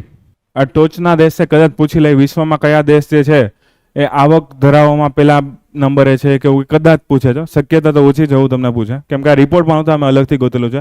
ટાઇફૂન કે નામનું એક વ્હીકલ છે, જો મસ્ત મજાનું છે. ઓકે, સ્ટાર જોઈને તમને આઈડિયા આવી જવો છે ક્યાં બનેલું હશે. રશિયામાં બનેલું જે છે આ વ્હીકલ છે, જે ભારતમાં ચંદીગઢમાં જે છે એનું ટ્રાયલ કરવામાં આવેલું હતું. ચંદીગઢમાં ITBP, ઇન્ડો ટિબેટન બોર્ડર પોલીસ જે છે એના દ્વારા એનું ચેકિંગ કરવામાં આવ્યું હતું. આ વાહનની ખાસિયત છે કે આ વાહન જાતું હોય નીચે માઇન હોય ને, માઇન મતલબ પેલું વિસ્ફોટ થાય. તમે ઘણા મૂવી જોયેલા છે, પેલો હીરોનો પગ આવી ગયો હોય પછી આ પગ હટા એટલે ડાયરેક્ટ પેલો બ્લાસ્ટ થઈ જાય. ઓકે, તો એને માઇન્સ કહેવામાં, લેન્ડ માઇન્સ બિછાવવામાં આવેલી હોય. તો ઘણા એવા સેન્સિટિવ એરિયાસ હોય કે જ્યાં આપણને એવી એક્સપેક્ટેશન કે માઇન્સ હશે, પણ આપણે જવું જરૂરી હોય. રેગ્યુલર જીપ કે રેગ્યુલર કોઈ વસ્તુ છે ને વાહન, તો એ ઉડી જશે, બ્લાસ્ટ થઈ જશે. ઓકે, આવું છત્તીસગઢમાં નક્સલવાદી એરિયામાં બહુ બધી જાય, બસ્તર વાળો વિસ્તાર છે, એ બધો વિસ્તાર છે, આવું બધું બહુ થાય છે. તો હવે શું થશે કે આર્મીના જવાનો પેટ્રોલિંગ કરતા કોઈ રોડ રસ્તામાં, કોઈ ખેતરમાં, કોઈ મેદાની વિસ્તાર છે ત્યાં માઇન્સ રાખેલી છે, અને આપણા CRPFના જવાનો છે, કોઈ ITBPના જવાનો છે કે BSFના જવાનો છે, એના મૃત્યુ છે અથવા તો કોઈ પણ બીજી વસ્તુ છે એનું ડેમેજ જે છે આના દ્વારા વધી શકે. આ વાહન એવું છે કે એની હેઠળ માઇન ફોડવામાં તો આને અસર નહીં થાય.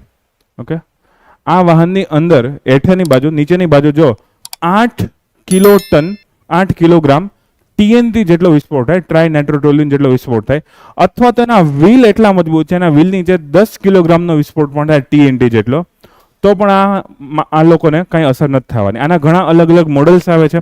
ઓકે, આ જે એક પ્રકારની જીપ છે એમાં અલગ અલગ વર્ઝન આવે, જેમ કે એક આવી લાંબી આવે અને એક આટલી કટ કરી દો. ઓકે, તો એવડી જીપ આવે છે. તો એ જીપમાં કયા કયા ફાયદા થાય, તો કે ભાઈ 2 લોકો આગળ બેસી શકે, ક્રૂ મેમ્બર્સ એને કહેવામાં આવે, અને પાછળ 8, 10, 12 અલગ અલગ પ્રકારના સૈનિકો બેસી શકે. જેવી પ્રકારની આપણે જીપ લીધેલી હોય એ પ્રકારે આપણે બેસી શકશું. પ્લસ એની સ્પીડ પણ સારી. હવે તમે જો આટલું વજનદાર હોય તો આની સ્પીડ જનરલી ઓછી રહે, પણ આની સ્પીડ જે છે 100 કિલોમીટરની સ્પીડ એ મેળવી શકે છે, ટોપ સ્પીડ.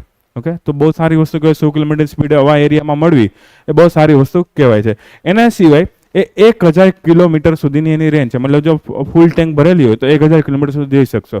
તો કોઈ સેન્સિટિવ એરિયા હોય, હવે અહીંયા તો બોર્ડરમાં ક્યાં પેટ્રોલ પંપ આવવાના છે. ઓકે, તો આની રેન્જ જે છે એ પણ બહુ સારી જોઈએ. માઇન્સની સામે લડી શકે છે, એ પણ બહુ સારી વસ્તુ છે. ઓકે, અને આનું ફૂલ ફોર્મ એક છે MRAP. Okay, mine resistance ambush protected. એમ્બસનો મિનિંગ શું થાય? માની લો કે આ કોઈ આપણી જીપ જાય છે, આપણી કોઈ વેન જાય છે, આસપાસથી 25-30 નક્સલવાદીઓ આવી ગયા કે કોઈ આતંકવાદી આવી ગયા અને કન્ટિન્યુ ગોળીબાર કરવા માંડે છે. તો એને કહેવામાં આવે એમ્બસ કર્યું. ઓકે, ઘણી વખત કબડ્ડીમાં તમે જોતા હશો, બિચારો એક પેલો રેડ મારવા ગયો, એની માથે ઓલા 7 જણા ધુબડકો મારીને બેસી જાય, તો એને એમ્બસ કરેલું કહેવામાં આવે છે. પણ એવું વોરની સિચ્યુએશનમાં કરે ત્યારે એને એમ્બસ કહેવામાં આવે છે. સેમ ટુ સેમ કોઈ જગ્યાએ ઘણીવાર એવી ન્યૂઝ આવે, કોઈ મંદિરમાં દર્શન થતા હોય, કોઈ મેળો હોય ને એમાં પેલું ભાગદોડ થાય, તો એમાં પણ કોઈ વાર એમ્બસ થાય છે એમ કહેવામાં આવે છે. જનરલી એમ્બસ શબ્દ ત્યારે યુઝ થાય જ્યારે આફ્રિકામાં સહારાનો સબ સહારાનો વિસ્તાર છે ને, એમાં ઓલા જંગલી ભેંસોનું ટોળું જતું એકદમ ઝડપથી. હવે ઓલા સિંહ, ચિત્તા, દીપડા શિકાર કરવા જતા હોય ને તો એની નીચે ફસાઈ જાય, તો એને એમ્બસ થયું છે એવું કહેવામાં આવે છે. પણ હવે તમને એક કન્સેપ્ટ ક્લિયર થઈ ગયો છે. વધારે પડતા કોઈ આતંકવાદીઓ, નક્સલવાદી આવે ને આપણા ઉપર, એક નાના સમૂહ પર વધારે લોકો ઘેરી ઉડીને અટેક કરે ને એમ્બસ થયું છે એવું કહેવામાં આવશે. મતલબ કે તમે જો માઇન્સની સામે પણ પ્રોટેક્શન આપશે અને એમ્બસની સામે પણ પ્રોટેક્શન આપશે, તો એક સારા પ્રકારની જીપ છે. અને એનું આખું નામ ટાઇફૂન કે છે, પણ કે જે છે કમાઝનો ઉલ્લેખ કરે છે. એનો કોડવર્ડ છે. જે 4-5 પ્રકારની જીપ આવે છે એમાંથી આ પ્રકારની જીપ જે આપણે લેવાના, પણ એ તો પૂછવાની શક્યતા ઓછી છે. એને તમે એમ્બ્યુલન્સ તરીકે પણ વાપરી શકો, લોજિસ્ટિક સપોર્ટ તરીકે પણ વાપરી શકો, અલગ અલગ રીતે વાપરી શકો છો. ઓકે, 8 સૈનિક બેસી શકે છે એમાં. બસ હજી એક ન્યૂઝ કરાવી દઉં. એક અસ્ત્ર મિસાઇલ છે. અસ્ત્ર મિસાઇલમાં એક ઓર્ડર આપવામાં આવ્યો છે ઇન્ડિયન એરફોર્સ દ્વારા ડીઆરડીઓ અને બીડીએલ ને. ડીઆરડીઓ તમને ખબર છે મેઇન સંસ્થા છે, આપણે આ બધું ચેકિંગ કરતી છે. બીડીએલ એટલે કે ભારત ડાયનેમિક્સ લિમિટેડ. આ ભારત ડાયનેમિક્સ લિમિટેડ છે, આ બધી મિસાઇલ બનાવવા માટે મોખરે હોય છે, એનું પ્રોડક્શન કરવામાં. ડીઆરડીઓનું ડિઝાઇનિંગ કરે, એનું ડેવલપમેન્ટ કરે, પ્રોડક્શન કે મેન્યુફેક્ચરિંગ કોણ કરે? બીડીએલ નામની સંસ્થા કરે, Bharat dynamics limited. IAF Indian air force એનો યુઝ કરવાની છે. ઓકે, અસ્ત્ર મિસાઇલમાં સૌથી પહેલી વસ્તુ યાદ રાખજો, એ ટુ એ પ્રકારની મિસાઇલ છે. મતલબ કે એર ટુ એર, મતલબ એને જમીનમાંથી છોડવા નથી અને તમારે પ્લેનમાંથી છોડવાની છે. ઓકે, તો એર ટુ એર. ને સામે કોને તમારે મારવાનું છે? સામેવાળા કોઈ પ્લેનને, હેલિકોપ્ટરને કે ડ્રોનને તમે મારી શકો છો. ઇવન જો કેપેસિટી અથવા તો રેન્જ પરમિટ કરતી હોય તો સામે કોઈ મિસાઇલ આવતી હોય એમ પણ રોકવાની ટ્રાય આપણે કરી શકીએ છીએ. એર ટુ એર પ્રકારની મિસાઇલ છે. બીજી વસ્તુ એ કે BVR પ્રકારની મિસાઇલ છે. એર ટુ એ તો છે જ, અને એક આવે BVR, બેયોન્ડ વિઝ્યુઅલ રેન્જ. ઓકે, દ્રશ્યમાન ક્ષમતાની બહારની કોઈ વસ્તુ. હવે પ્લેન ઉડતા હોય તેની દ્રશ્યમાન ક્ષમતા જનરલી બહુ સારી હોવાની, કિલોમીટર વાઇઝ જે છે, કેટલા ઊંચા છે કેટલા નીચે, એની વિઝ્યુઅલ રેન્જ પડતી રહી. ઓકે, તો વિઝ્યુઅલ રેન્જની બહાર પણ અટેક કરી શકે છે. મતલબ તમને કોઈ સામે પ્લેન દેખાતું નથી, કોઈ ડ્રોન કે હેલિકોપ્ટર દેખાતું, છતાં પણ આ મિસાઇલને ગોતીને અટેક કરી શકે છે. એના સિવાય એમાં 2 પ્રકારના લોકિંગ ઓપ્શન આવે છે, લોક ઓન બિફોર લોન્ચ અને લોક ઓન આફ્ટર લોન્ચ.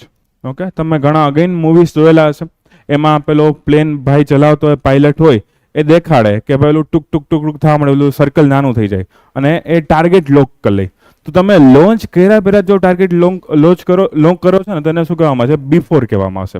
ઓકે, તમે હજી લોન્ચ નથી કરી અને ટાર્ગેટ લોક કરી દો, ભાઈ આ પ્લેનને ઉડાડવાનું છે, આ હેલિકોપ્ટરને ઉડાડવાનું છે, મિસાઇલને છોડો છો એની પહેલા ટાર્ગેટ નક્કી કરી લ્યો છો. પણ મિસાઇલ છૂટે અને પછીનો ટાર્ગેટ નક્કી થાય તો તેને લોક આફ્ટર લોન્ચ કહેવામાં આવશે. ઓકે, બંને ફેસિલિટી જે છે આમાં અવેલેબલ છે. ઓકે, આનો ઓર્ડર કોણ આપ્યો છે? ઇન્ડિયન એરફોર્સે આનો ઓર્ડર આપેલો છે. કયા પ્લેન્સ માટે ઓર્ડર આપેલો છે? સુખોઈ 30 માટે અને આપણા હલ તેજસ માટે જે છે આનો ઓર્ડર આપવામાં આવેલો છે અત્યારે વર્તમાન સમય. બીજા વિમાન માટે પણ વાપરી શકે, પણ અત્યારે આ 2 વિમાન માટે ઓર્ડર આપવામાં આવ્યો છે, તેજસ માટે અને સુખોઈ માટે. ઇન્ડિયન એરફોર્સ દ્વારા કોને આપવામાં આવ્યો? DRDOને પ્લસ BDL, ભારત ડાયનેમિક્સ લિમિટેડને. આનાથી આપણી એર કેપેસિટીમાં સુધારો થવાનો છે અને અસ્ત્ર મિસાઇલમાં જે છેલ્લા ઘણા સુધારા વધારા થયા છે એના કારણે એવું થયું છે કે ભાઈ વિશ્વની જે ટોપ એર ટુ એર પ્રકારની મિસાઇલ હોય ને એમાં આપણું નામ આવે છે. આની સ્પીડ કેટલી છે? તો કે ભાઈ 4.5 મેક. તો કેવી કહેવા છે? હાઇપરસોનિક કહેવાશે, સુપરસોનિક કહેવાશે કે સબસોનિક કહેવાશે? Hypersonic, supersonic. 5 મેક હોય તો હાઇપરસોનિક કહેવાય. 4.5 થોડુંક ઘટી ગયું. ઓકે, 90% બદલે 89% આવ્યા છે, એના જેવું થયું છે. તો 4.5 5 ઉપર હશે ને તો જ એને હાઇપરસોનિક કહેવામાં આવશે. તો આ મિસાઇલ છે. બીજું એની રેન્જ છે, એની અલગ અલગ રેન્જ. હવે આના અલગ અલગ વર્ઝન છે, જેમ કે અસ્ત્ર MK1, અસ્ત્ર MK2, અસ્ત્ર MK3. ઓકે, 80, 100, 110, 160 અલગ અલગ રેન્જ છે, પણ અત્યારે તમારે યાદ રાખવાની 80 થી 110 વાળી, કેમ કે અત્યારે જે મેઇન મોડેલ ચાલુ છે અસ્ત્ર MK1 નામની જે છે વર્ઝન જે છે એ ચાલુ છે. ઓકે, કોઈ પોઈન્ટ બાકી રહી ગયા હોય તો હમણાં જોઈ દઉં. લગભગ તો બધા કહી દીધા છે. હા, સિંગલ શોટ કિલ પ્રોબેબિલિટીની બહુ સારી છે, મતલબ કે એક જ વારમાં તમે દુશ્મનને મારી શકો છો એવી પ્રોબેબિલિટી છે આની બહુ સારી છે. ઓકે, બંને આર્ટિકલ ભેગા વાંચી લો, બંને ડિફેન્સના આર્ટિકલ છે. હજુ એક ડિફેન્સનો આર્ટિકલ છે, પણ પહેલાં 2 આર્ટિકલ વાંચી લો. જો હજુ આપણે આનો ફાઇનલ ઓર્ડર નથી આપ્યો, હજુ આપણે ચેકિંગ કરેલું છે. ચેકિંગ કરશું પછી એમ કહીશું ભાઈ 200 વાહન મગાવવા, 300 વાહન મગાવવા, 100 મગાવવા, 50 મગાવવા. આમાંથી મોસ્ટ ટાઈમ બી પ્રશ્ન એ જ પૂછશે કોણે બનાવેલું છે અને એની મેઇન કેરેક્ટરિસ્ટિક કઈ છે. તો કે ભાઈ માઇન રેઝિસ્ટન્ટ છે. રેડી? અસ્ત્ર મિસાઇલ, અસ્ત્ર શસ્ત્ર. ડન. રેમજેટ એન્જિન કેવા પ્રકારનું હશે? કયો ફ્યુલ વાપરતો છે? પહેલાં તો સ્ક્રેમજેટ કાલે કરાવેલું હતું ને. સ્ક્રેમજેટમાં કયું ફ્યુલ હતું? લિક્વિડ ઓક્સિજન અને લિક્વિડ હાઇડ્રોજન. અને એમાં ઓક્સિજન ક્યાંથી લેતા હતા? રસ્તામાંથી લેતા હતા, એટલે કે એર બ્રેથિંગ એન્જિન હતા. મેં કીધું તો રેમજેટ નાનો ભાઈ છે, સ્ક્રેમજેટ મોટો ભાઈ છે. તો આમાં રેમજેટ એન્જિનનો યુઝ થાય છે. તો 1 દિવસ પહેલાં ભણાવેલું ભૂલી જાઓ છો. આમાં ક્યાંથી 4 મહિના પછી એસટીમાં યાદ રાખશો તમે? 3 મહિના પછી, સોરી. રેડી? ઓકે. એક બ્રિજ છે, બેઇલી બ્રિજ કહેવામાં આવે છે. વયનાડમાં જે છે એનો ઉપયોગ કરવામાં આવ્યો હતો, એટલે ફરી પાછો ન્યૂઝમાં આવ્યો હતો. હવે આ બ્રિજ કેવો હોય? પેલો તમે મેગી લઈ આવો ને ખાલી પાણીમાં ગરમ કરીને ખાઈ લ્યો, મતલબ કે રેડી ટુ યુઝ બ્રિજ હોય. રેડી ટુ યુઝમાં શું, એના સ્પેર પાર્ટ્સ ઓલરેડી બનેલા હોય. જેમ કે આ પાટિયાનો ભાગ છે બનેલો હોય, ઓકે, આ સાઈડની બોર્ડર્સનો ભાગ બનેલો હોય, આ એની જે કિનારી છે એનો ભાગ બધો બનેલો. તમારે અહીંયા જઈને ખાલી અસેમ્બલ જ કરવાનું રહે. તો આનાથી ફાયદો શું થાય? કોઈ જગ્યાએ આપત્તિ આવેલે, કોઈ જગ્યાએ આપણું બોર્ડરનો એરિયા છે, અહીંયા આપણા વાહનોને જવું છે અને મજબૂત બ્રિજ જોઈએ પણ ફટાફટ જોઈએ છે, તો આવા બ્રિજ જે છે આપણે બનાવી શકીએ. જનરલી પાતળા અને ટૂંકા હોય પણ આપણને કામ આવે. જો એક આખા કોઈ ટ્રક પસાર થઈ જાય છે, મતલબ કે એની મજબૂતાઈ છે. પણ બીજી વસ્તુ એ વજનમાં હલકો છે, એટલે તમે એને ગમે ત્યાં પહોંચાડી શકો. આમાંથી આ પાટિયા બધા છૂટા પડે ને તમે આને આ ટ્રકમાં ઉપર જ લોડ કરી શકો એને. તો ફાયદો થાય કે તમે એને સાથે સાથે લઈને પણ ફેરવી શકો. નાના નાના ટ્રક્સ હોય એમાં પણ ફેરવી શકો છો. બીજી વસ્તુ, આમાં જે સ્ટીલ હોય ને એકદમ ઓછા વજનનું સ્ટીલ વપરાય છે. એના કારણે શું થાય કે ભાઈ એનો વજન ઓછો હોય તો એનું પરિવહન પણ એકદમ ઇઝી પડે છે. તો આવો બ્રિજ છે ને વર્લ્ડ વોર 2માં વાપરવામાં આવેલો હતો. બેઇલી નામનો એક ભાઈ હતો, એણે બનાવેલો હતો, એટલે એને બેઇલી બ્રિજ કહેવામાં આવે. બસ ખાલી આ જ યાદ રાખવાનું છે. બેઇલી બ્રિજ શું છે? એમાં ઇન્ફ્રાસ્ટ્રક્ચર વધારે જોઈએ, કહું છું, ઓછું જોઈએ છે. ટ્રાન્સફર થાય કે ના થાય? આરામથી ટ્રાન્સફર થઈ શકે છે. એને કોઈ ટ્રક ઉપર લોડ કરી જ શકાય છે, કાંઈ વાંધો નથી આવતો. આપત્તિમાં કામ આવી શકે, હા, સરહદમાં કામ આવી શકે. ઓકે, તો ખાલી આ એક નાનકડા એવો કન્સેપ્ટ સમજવાનો. કન્સેપ્ટ સમજતો તો એના બીજા પોઈન્ટ તમને યાદ રહી જશે. જે વાયનાડમાંથી એક મદ્રાસ એન્જિનિયર્સ ગ્રુપ જે છે એ લોકો આ બ્રિજ ત્યાં ઓન ધ સ્પોટ બનાવેલો હતો. ખાલી આમાં કન્સેપ્ટ જ યાદ રાખવાનો છે. બહુ ડેપ્થમાં આમાં પૂછવાની શક્યતા ઓછી છે. રેડી? નેક્સ્ટ છે મેન્ગ્રુવ રિપોર્ટ છે, પણ મેન્ગ્રુવ રિપોર્ટ હું સાવ શોર્ટમાં લાવ્યો. મેઇન ડેટા જ યાદ રાખવાના છે. મેઇન ડેટા ચાર્ટમાં જ આપેલા છે. એ ચાર્ટમાં એવું કહેવામાં આવે વિશ્વમાં મેન્ગ્રુવનું ડિસ્ટ્રીબ્યુશન કેટલું છે. સૌથી મોટો એરિયો કયો દેખાય? લાઇટ ગ્રીન વાળો દેખાય. લાઇટ ગ્રીન જોઈ લેવાનું. કયો છે? South east Asia. કેટલા ટકા છે? 33% જે છે બધું મેન્ગ્રુવ્સ કોણ ધરાવે? ખાલી ને ખાલી south east Asia. South east એશિયામાં કયા કયા દેશો આવે? Indonesia, Malaysia, Philippines, Myanmar, Thailand, Vietnam, Cambodia, એ બધા દેશો ક્યાં આવશે? સાઉથ ઈસ્ટ એશિયામાં આવવાના છે. પછી તમે જો આ 2 રેડ ને પર્પલ વાળા જે છે એ તમને વધારે દેખાય છે, તો આમાં જોતું જવાનું કે ભાઈ અમેરિકાનો ભાગ છે, સેન્ટ્રલ અમેરિકન કેરેબિયનનો ભાગ છે, અહીંયા 14% દેખાય છે. ઓકે, સાઉથ અમેરિકાનો ભાગ ત્યાં 13% દેખાય છે. પર્પલ વાળો ભાગ છે વેસ્ટ અને સેન્ટ્રલ આફ્રિકા, ત્યાં 15% દેખાય છે. બીજા બધા જો લગભગ 10 કરતાં ઓછા છે. પણ આપણે તો પહેલા નંબર વાળો આપણો એરિયા મેઇન યાદ રાખવાનો, સાઉથ ઈસ્ટ એશિયા 33% છે. સાઉથ એશિયા મતલબ કે જ્યાં ભારત, અહીંયા કેટલું છે? 6% જ મેન્ગ્રુવ છે. તો મતલબ ભારતની આસપાસ મેન્ગ્રુવનું પ્રમાણ, ઇવન સુંદરબન ભલે સૌથી મોટો વિસ્તાર હોય. ઓકે, મેન્ગ્રુવ જે છે એનું બેસ્ટ એક્ઝામ્પલ કયું છે? સુંદરબન છે. ભલે સૌથી મોટો સૌથી ફેમસ એરિયા હોય, પણ સૌથી વધારે આપણને દેખાય સાઉથ ઈસ્ટ એશિયામાં, દક્ષિણ પૂર્વ એશિયામાં જે છે એ દેખાય. ને એમાં પણ પહેલા નંબર આવે છે ઇન્ડોનેશિયા. ઓકે, તો ઇન્ડોનેશિયામાં સૌથી સારા મેન્ગ્રુવ્સ આપણને જોવા મળવાના છે. તો એક મેન્ગ્રુવ ડે હતો, એ 26 જુલાઈ હતો, પણ એના પછી રિપોર્ટ હમણાં પબ્લિશ થયો છે, ધ સ્ટેટ ઓફ વર્લ્ડ મેન્ગ્રુવ્સ. તો આ રિપોર્ટનું નામ યાદ રાખવાનું છે. કોણે પબ્લિશ કર્યો? GMA, ગ્લોબલ મેન્ગ્રુવ એલાયન્સે પબ્લિશ કરેલો છે આ ડેટા. ઓકે, જોઈ લ્યો. આપણે ખાલી એક મેઇન ટોચનું ક્રમ છે યાદ રાખશું આપણે. સાઉથ એશિયા અને સાઉથ ઈસ્ટ એશિયા બે યાદ રાખો. સાઉથ ઈસ્ટ એશિયા સૌથી 33.6%, સાઉથ એશિયા 6.6% ખાલી. સાઉથ એશિયા એટલા માટે કેમ કે ભારત આપણે ત્યાં આવવાનું છે. નેક્સ્ટ છે ક્લાઉડ બસ્ટ. એક જગ્યાએ લેન્ડસ્લાઇડ થયો, એક જગ્યાએ વાદળ ફાટ્યું. હિમાચલ પ્રદેશમાં જે છે વાદળ ફાટવાની ઘટના જોવા મળી, જેના કારણે થોડા ઘણા મૃત્યુ. બિયાસ નદીનો ભાગ છે ચર્ચામાં રહ્યો. નાનું મોટું પૂર આવવાની શક્યતા વધી જાય છે. ઓકે, ક્લાઉડ બસ્ટ થાય તો એવી પણ શક્યતા રહે કે બાજુમાં લેન્ડસ્લાઇડ પણ થાય. શું કામ? અતિશય વરસાદ આવે. હવે આપણે આમાં એક ડેટા યાદ રાખવાનો છે કે ભાઈ કેટલો વરસાદ થાય તો જે એને આપણે ક્લાઉડ બસ્ટ, વાદળ ફાટવાની ઘટના કોને કહેવાય? નોર્મલ વરસાદ કોને કહેવાય? આપણે એમ કે ભાઈ આજ તો વાવાઝોડું આવ્યું, અતિશય વરસાદ આવ્યો, ડેટા કહેવાનો. તો ડેટા જે છે આમાં લખેલો છે ભાઈ 1 કલાક કરતાં ઓછા ટાઈમમાં, ઓકે, 10 સ્ક્વેર કિલોમીટર કરતાં નાના એરિયામાં. 10 સ્ક્વેર કિલોમીટર એટલે એમ સમજો કે ઘણો નાનો એરિયા થયો, તમે એટલું રોજે રોજ ફરતા પણ તો 10 સ્ક્વેર કિલોમીટર એટલે બહુ કંઈ વધારે ના કહેવાય. ઓકે, અને 10 સેન્ટીમીટર કરતાં વધારે વરસાદ આવે તો એને આપણે ક્લાઉડ બસ્ટ કહી શકીએ છીએ. મોટા ભાગે પહાડી વિસ્તારમાં થાય, એમાં પણ હિમાલયમાંની આવી ઘટનાઓ જે છે વધારે દેખાય. તો ખાલી તમારે જો 10 1 10 એવું યાદ રાખવાનું છે. 10 સ્ક્વેર કિલોમીટર, 1 કલાક અને 10 સેન્ટીમીટર, એના કરતાં વધારે, આના કરતાં નાનો વિસ્તાર, આના કરતાં ઓછો સમય. તો બેમાં નાનું લખેલું છે, એકમાં વધારે લખેલું છે. ઓકે, એ ડેટા યાદ રાખવાનો છે. એ કોણે આપેલો છે? IMD, ઇન્ડિયન મેટ્રોલોજીકલ ડિપાર્ટમેન્ટ આ ડેટા આપેલો છે. તો ક્લાઉડ બસ કઈ રીતે થાય એની પ્રોસેસ છે, પણ અગેન જીઓગ્રાફી જ્યારે આવશે ત્યારે વધારે ડેપ્થમાં કહીશ. અહીંયા ખાલી ઇન્ફોર્મેશન માટે આપેલું છે. મેઇન્સનો પ્રશ્ન પણ આમાં આવી શકે છે. ઓકે, તો આ ક્લાઉડ બસ છે ભેગો. ઓકે, આ મોટો રિપોર્ટ છે એટલે આ એકવાર વાંચી લ્યો. રેડી? નેક્સ્ટ એક રિપોર્ટ છે ઓર્ગન ટ્રાન્સપ્લાન્ટેશન માટેનો, મતલબ કે અંગદાન માટેનો. ઓકે, તો એક સંસ્થા છે, એનો એક રિપોર્ટ આવેલો છે કે ભારતમાં પહેલી વખત એવું થયું 1000 કરતાં વધારે અંગદાન થયા. ભારત વિશ્વનો સૌથી વધુ વસ્તીવાળો દેશ છે, 145 કરોડ, ને અંગદાન કેટલા થયા? ખાલી ને ખાલી 1000ની ઉપર પહેલી વાર ક્રોસ થયા આપણા. ઓર્ગન ડોનેશન બહુ જ ઓછું જોવા મળે છે. ઓકે, અને ઓર્ગન ડોનેશનમાં પ્રોબ્લેમ છે કે ઓર્ગન ટ્રાન્સપ્લાન્ટેશન જે થાય ને એ સક્સેસફુલ થવું જોઈએ. બધાના બ્લડ ગ્રુપ મેચિંગ ના થતા હોય, પહેલી વાત તો કે બ્લડ ગ્રુપ મેચ થતા તો એજ ગ્રુપ પણ જોવા પડે. નાના બાળકની કોઈ વસ્તુ છે, કોઈ વૃદ્ધમાં નાના કે વૃદ્ધની કોઈ વસ્તુ નાના બાળકમાં ના ચાલે. ઓકે, સેમ ટુ સેમ જે છે બીજી ઘણી બધી બાયોલોજીકલ વસ્તુઓ મેચ થાય તો તમે જે છે એ ઓર્ગન ડોનેશન કરી શકો, બાકી ડોનેટ ના કરી શકો. બીજું, એમાં ટાઈમ પીરિયડ હોય. એ ટાઈમ પીરિયડ પૂરતું જે છે ઓર્ગન એક્ટિવ ફોર્મેટમાં હોય. જો એ ટાઈમ પીરિયડમાં નહીં લેવામાં આવે તો પૂરું થઈ ગયું. ઓકે, ભારતમાં ઓર્ગન ડોનેશન ઓછું એના માટે કદાચ સામાજિક કે ધાર્મિક કારણો પણ જવાબદાર હોય કે ભાઈ આપણે કોઈ પણ ડેડ બોડી એને પણ રિસ્પેક્ટ આપીએ છીએ, એની પણ પૂજા અર્ચના કરીએ છીએ અને પછી જે છે આપણે એને કોઈ ક્રિયાકર્મ કરતા હોઈએ છીએ. હવે એમાં આપણને કોઈ એમ કે ભાઈ આની આંખ લઈ જાય છે, આનું કોઈ પેલું ચામડીનો ભાગ લઈ જવાનો, કોર્નિયાનો ભાગ જે છે લઈ જવાનો, કોઈ હાડકાનો ભાગ લઈ જવાનો, તો મતલબ કે આખું બોડી જે છે ને એ વિખાઈ જાય.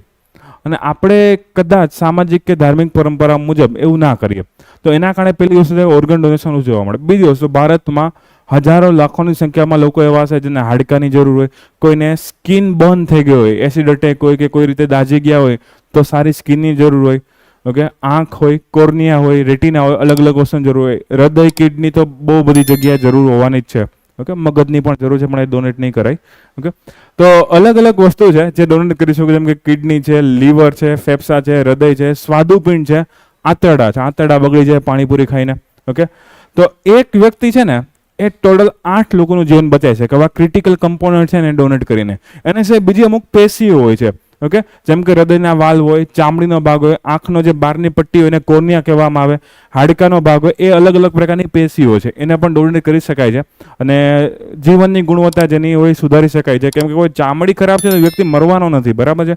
કોઈ દાઝી ગયો છે, કોઈ એવું પ્રોબ્લેમ થાય, પણ એની જીવનની ગુણવત્તા સુધરી જશે કે જો એને નવી ચામડી, સારી ચામડી મળી જશે તો એક વ્યક્તિ જે 8 લોકોને આરામથી બચાવી શકે છે. પણ જો આ બધા અંગ સારા કન્ડિશનમાં હોય તો. બીજી વસ્તુ, ભારતમાં આમાં રેગ્યુલેશન બહુ વધારે છે.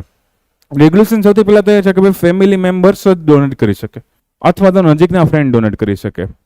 જો કોઈ દૂરના ફ્રેન્ડ્સ હોય કે દૂરના રિલેટિવ હોય, મામાના, માસાના, કાકાના, દીકરાના, ભાઈના, દીકરીના હોય ને, તો આ લોકો તમારી પાસે પ્રૂફ માંગશે કે તમે કોઈ ફાઇનાન્શિયલ ટ્રાન્ઝેક્શન નથી કર્યું ને.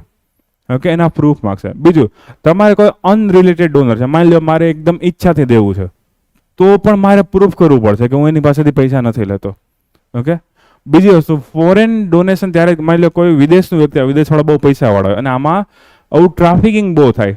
હોસ્પિટલમાં હોય, પ્રાઇવેટ હોસ્પિટલ હોય, સરકારી હોસ્પિટલ હોય. કોવિડમાં બહુ બધા કેસ જોવા મળેલા હતા કે ડેડ બોડી પહેલાં સફેદ કોથળામાં પેક કરી દે, જ્યારે ખોલે તો ખબર પડે કે અંદર અડધા અંગ જ નથી. આવા ટ્રાફિકિંગ બહુ બધા થાય છે, આવું અંગ ચોરી બહુ બધી થાય છે. મરેલા વ્યક્તિને આપણે નથી પેલું કરતા, તમે જો. ઓકે, તો હવે આમાં લાખો રૂપિયા, ઘણા લોકો કહેતા હોય ને કિડની વેચીને આઈફોન લેવો, મતલબ કે 1-1.5 લાખ રૂપિયાની તો આવતી હશે અરાઉન્ડ. ઓકે, તો વિચાર કરો કે આમાં ટ્રાફિકિંગ બહુ બધું થાય, ફાઇનાન્શિયલ મની લોન્ડરિંગની એક્ટિવિટી પણ થઈ શકે છે. તો એના કારણે બહુ બધી વોચ રાખવામાં આવે. અને ફોરેન ડોનેશન જે છે એમાં પણ કંટ્રોલ રાખવામાં આવે છે કે ભાઈ જો કદાચ કોઈ એવો વ્યક્તિ હોય કે જે વિદેશથી આવેલો હોય અને માની લો મારે અંગદાન કરવું છે, જો મારા કોઈ રિલેટિવની જરૂર ના હોય, મારા લાયક કોઈ ભારતીય વ્યક્તિ હોય કે જેને ના જરૂર હોય તો જ હું વિદેશને ડોનેટ કરી શકીશ. બાકી હું કોઈ વિદેશી વ્યક્તિને ડોનેટ નહીં કરી શકું. ઓકે, અને બીજી બધી બહુ કન્ડિશન છે, ફ્રેન્ડ્સવાળી, ફેમિલીવાળી, ફાઇનાન્શિયલ ટ્રાન્ઝેક્શનવાળી, ઓકે, ટાઈમ પિરિયડવાળી. અત્યાર સુધી તમને ખબર છે 2023 સુધી એવી મર્યાદા હતી કે 65 વર્ષથી ઉપરના વ્યક્તિ હોય ને તો એને અંગદાન નહીં કરવાનું. મતલબ કે હું 66 વર્ષનો થઈ ગયો, મારું હાડકું ભાંગી ગયું, મારી આંખ તૂટી ગઈ કે કંઈક પણ થયું અને મને કોઈક વ્યક્તિ આંખ આપવા ઈચ્છે છે કે હાડકું આપવા હોય તો હું નહીં લઈ શકું, કેમ કે હું નજીકના સમયમાં મરવાનો, તો મારે હવે જરૂર નથી. એ હમણાં જ ચેન્જ કરવામાં આવ્યું 2023માં કે હવે 65 વર્ષથી ઉપરના લોકો પણ એક્સેપ્ટ કરી શકશે ડોનેશન આવા પ્રકારનું. ઓકે, કેમ કે હવે એવરેજ લાઈફ વધતી જાય છે એના કારણે. તો તમે વિચાર કરો, અત્યાર સુધી એવું ભારત સરકાર ઓફિશિયલી એવું માનતી હતી કે 65 વર્ષથી ઉપરના લોકોને અંગદાન નહીં કરવાનું, એને જરૂર નથી જીવવાની, સારી રીતે જીવવાની. ઓકે, તો એવું સરકાર માનતી હતી. બીજું, આનું નિયમ અને ખતરનાક એક છે, થોટા કરીને એક છે, એના દ્વારા આનું મેનેજમેન્ટ કરવામાં આવે છે. Transplantation of human organs and tissues એટલે કે પેશીઓ અલગ અલગ પ્રકારની, એના દ્વારા કરવામાં આવે અને મેનેજમેન્ટ કરવામાં આવે છે. આ નોટો નામની સંસ્થા છે, એના દ્વારા એનું મેનેજમેન્ટ કરવામાં આવે, જે મિનિસ્ટ્રી ઓફ હેલ્થની અંતર્ગત જે છે આવેલી છે. બીજું, કેટલા ડોનેશન જેના ડેટા આપવામાં આવેલા છે કે જે જીવંત વ્યક્તિઓને ડોનેશન કરતું એમાં 63% મહિલાઓ છે, પણ મૃતકમાં 70% પુરુષો. અસમાનતા ખતરનાક પ્રકારની છે, પણ કાંઈ વાંધો નહીં. આ ડેટા નાનકડો એવો છે, આમાં કન્ફ્યુઝન તો બહુ થશે, 60-70 થઈ જશે, પણ આવો બહુ ડેફમાં ડેટા પૂછવાની શક્યતાઓ છે. તમને કદાચ સંસ્થાનું નામ અથવા તો એક્ટનું નામ પૂછી શકે છે. ભારતમાં રેટ બહુ ઓછો, પ્રતિ 10 લાખે માત્ર ને માત્ર 1 કે તેનાથી પણ ઓછું અંગદાન થાય છે. ઓકે, અને તો આપણને ખબર પહેલી વાત તો 1000ની ક્રોસ કર્યા આપણે, તો કાંઈ વાંધો નહીં. આ આખો રિપોર્ટ છે, જોતા જાઓ. કઈ કઈ વસ્તુ ડોનેટ કરી શકે એ પણ તમને પૂછી શકે છે. એક ઓર્ગન ડોનેશનની ગાઈડલાઇન છે 2023, તમારે વાંચવું હોય તો વાંચી શકો, પણ કરંટ અફેર છે 2023નું તો હવે કરવું નકામું, તો કોઈને વાંચવાની ઈચ્છા થાય તો જોઈ શકો છો. 2023ની ગાઈડલાઇન્સ કે પોલિસી આવેલી છે કંઈક એની. રેડી? ઓકે, સેકન્ડ લાસ્ટ આર્ટિકલમાં જાય, નેશનલ હેન્ડલૂમ ડે. સ્વદેશી ચળવળ થઈ હતી, બંગભંગ આંદોલન જે થયું હતું એ બંગાળના જે બે ભાગ પાડવામાં આવેલા હતા કોમ્યુનિટીઝના આધારે, એના વિરોધમાં બંગભંગ ચળવળ ચાલુ કરવામાં આવેલી હતી. એમાં 7 ઓગસ્ટનો દિવસ ફેમસ છે. એ 7 ઓગસ્ટને યાદ રાખવા માટે આપણે નેશનલ હેન્ડલૂમ દિવસ ઉજવીએ છીએ, કેમ કે ત્યારે સ્વદેશી વસ્તુ અપનાવે. હેન્ડલૂમ એટલે કે હાથ વણાટની જે વસ્તુ હોય ને એને હેન્ડલૂમ કહેવામાં આવશે. મશીનમાં બન્યું તમારું જીન્સ હેન્ડલૂમમાં નહીં આવે. હા, અમુક પ્રકારની ચાદર છે, ઓછાળ છે, સાડીઓ છે, વિવિધ પ્રકારની, એ શાલ છે, કાશ્મીરમાં શાલ બનતી હોય, તો અમુક વસ્તુ હેન્ડલૂમમાં આવી શકે. જનરલી હાથથી અથવા તો બેઝિક મશીનરીથી બનતું હોય. ઓકે, પાવર લૂમ્સ મોટા પાયે જે ચાલુ હોય કે જેમાં જીન્સ કે બીજા કોઈ કાપડ બનતા હોય, ઓકે, એ નહીં આવે. હેન્ડલૂમમાં મતલબ કે આપણું કલ્ચરનું પ્રમોશન થાય છે. અને તમને ખબર છે ત્યારે આપણે સ્વદેશી અપનાવવાની વાત કરવામાં આવેલી હતી, તો એના યાદ રાખવા માટે આપણા દિવસ 2015થી ઉજવવામાં ચાલુ કર્યો અને અત્યારે 10મો આ દિવસ, 10મો મતલબ 10મી વખત આપણે ઉજવી રહ્યા છે. 10th સેલિબ્રેશન કરવામાં આવ્યું છે. એની એક થીમ પણ રાખવામાં આવેલી છે, વેવિંગ સસ્ટેનેબલ ફ્યુચર, એટલે કે વણાટ કામ કરવાનું છે કોનું? સસ્ટેનેબલ ફ્યુચરનું જે છે એ કામ કરવાનું છે. એક પ્રોગ્રામ ચાલુ કરવામાં આવ્યો જેનું નામ છે વિરાસત પ્રોગ્રામ ચાલુ કરવામાં આવ્યો છે દિલ્હીમાં. એમાં કાંઈ નથી, પખવાડિયા માટે મતલબ કે 15 દિવસ માટે અલગ અલગ હેન્ડલૂમનું પ્રદર્શન કરવામાં આવશે. લોકો લેશે, વેચશે, ઇન્ટરનેશનલ ફેમસ થશે. તો એ વિરાસત કદાચ તમને પૂછે તો ધ્યાન રાખજો. નેશનલ હેન્ડલૂમ ડેસને યાદ કરવા માટે એ કરવામાં આવેલો છે. મેનેજમેન્ટ કઈ સંસ્થા દ્વારા પણ, એ તો હવે જૂનો પોઈન્ટ થઈ જાય. અને આ ભારતનો એક હેન્ડલૂમ મેપ આપેલો છે જે તમે જોઈ શકો, કઈ જગ્યા કયા હેન્ડલૂમ ફેમસ છે. પણ ઘરે જઈને ઝૂમ કરીને જોજો. ઓકે, અથવા તમે આ સર્ચ કરશો તો પણ તમને ઘણી જગ્યા મળી જશે આ વસ્તુ. બીજી વસ્તુ, હેન્ડલૂમનું મહત્વ ભારત માટે શું કામે છે? તો કે બહુ જ સારી રોજગારી આપે છે. આગળ તમે જો એક લખેલું પણ છે કે કૃષિ પછી સૌથી વધુ રોજગારી જો ગામડામાં મળતી હોય તો હેન્ડલૂમ દ્વારા હમણાં જે કાપડ ઉદ્યોગમાં તમને જે સારી રોજગારી મળે છે. એક હેન્ડલૂમ સેન્સસ કરવામાં આવે, એવી 4 કે 5 હેન્ડલૂમ સેન્સસ કરવામાં આવેલી છે. ઓકે, કે ભાઈ કેટલા કારીગરો છે હેન્ડલૂમ સાથે સંકળાયેલા છે? તો ભાઈ લગભગ 35 લાખ જેટલા, મતલબ બહુ સારો આંકડો કે એમાંથી વધારે પડતી કોણ છે? મહિલાઓ. તો વુમન એમ્પાવરમેન્ટની વાત પણ આમાં કરી શકો છો, ગૃહ કુટીર ઉદ્યોગોની પણ આમાં વાત કરી શકો છો.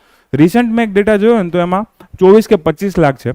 તો અત્યારે ડેટા થોડુંક ઓછો થયો કે મતલબ કે હવે લોકો ટ્રાન્સફર થઈ ગયા હશે, પણ આ ડેટા જે છે એ મેં જોયેલો છે PIB વાળામાં. GDPમાં પણ સારો એવો ફાળો આપે. નિકાસ, ટોટલ જેટલી પણ નિકાસ એમાં 11% તો આપણે હેન્ડલૂમને એક્સપોર્ટ કરીએ છીએ. ઓકે, મતલબ બહુ સારો ડેટા કહેવાય આ વાળો. ઓકે, તો હેન્ડલૂમનું મહત્વ છે. અત્યારે પણ કરંટમાં તો આ એક જ વસ્તુ, થીમ યાદ રાખવાની, દિવસ યાદ રાખવાનો. વિરાસત નામનો એક નાનકડો પ્રોગ્રામ કરેલો છે. બીજો છેલ્લો આર્ટિકલ એ કહી જ દો. ઓકે, UPSCના નવા ચેરમેન આવેલા છે 1 ઓગસ્ટે. તો એનું નામ તમારે કદાચ યાદ રાખવું તો રાખી દો. પર્સનવાળા ન્યૂઝ જનરલી ઓછા પૂછતા હોય, પૂછે તો એકાદા બેકાદા માંડ પૂછે, અને પણ 2-4 વર્ષે એકાદા ન્યૂઝ પૂછતા હોય છે.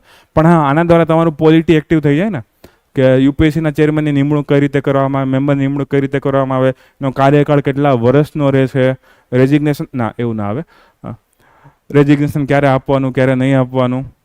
અને બીજી વસ્તુ કે 65 વર્ષ છે કે 62 વર્ષ છે કે 70 વર્ષ છે 75 વર્ષ છે એવો તમને પ્રશ્ન પૂછી શકે છે. અપોઇન્ટમેન્ટ કોણ કરે છે, કયા આર્ટિકલ હેઠળ કરે છે. મેઇન ડેટા મેં બધા લખેલા છે યુપીએસસીના. ઓકે, કોન્સ્ટિટ્યુશનલ બોડી છે એક પ્રકારની, એટલે કે બંધારણીય સંસ્થા છે. ઓકે, સેમ તમે આવું સ્ટેટ પીસીએસ માટે પણ ગોતી શકો છો. પણ અત્યારે આપણે આ યુપીએસસી માટે યાદ રાખશું કે જે ફેમસ થયું છે, કેમ કે જૂના જે ચેરમેન હતા એણે પ્રી ટર્મ રેઝિગ્નેશન આપી દીધેલું છે, એના કારણે. કોણ હતું? ઓકે, બીજા સેલ્ફ સ્ટડીના આર્ટિકલ આપેલા છે. ઇઝી છે, અમુક એવા છે જે કામના નથી, તો તમને સેલ્ફ સ્ટડીમાં આપી દીધા છે, અને અમુક ઇઝી છે એટલે તમને આપી દીધા છે. Okay, done. તો અહીંયા સુધી રાખીએ છીએ આપણે કરંટ અફેર્સ પહેલા વીકનું.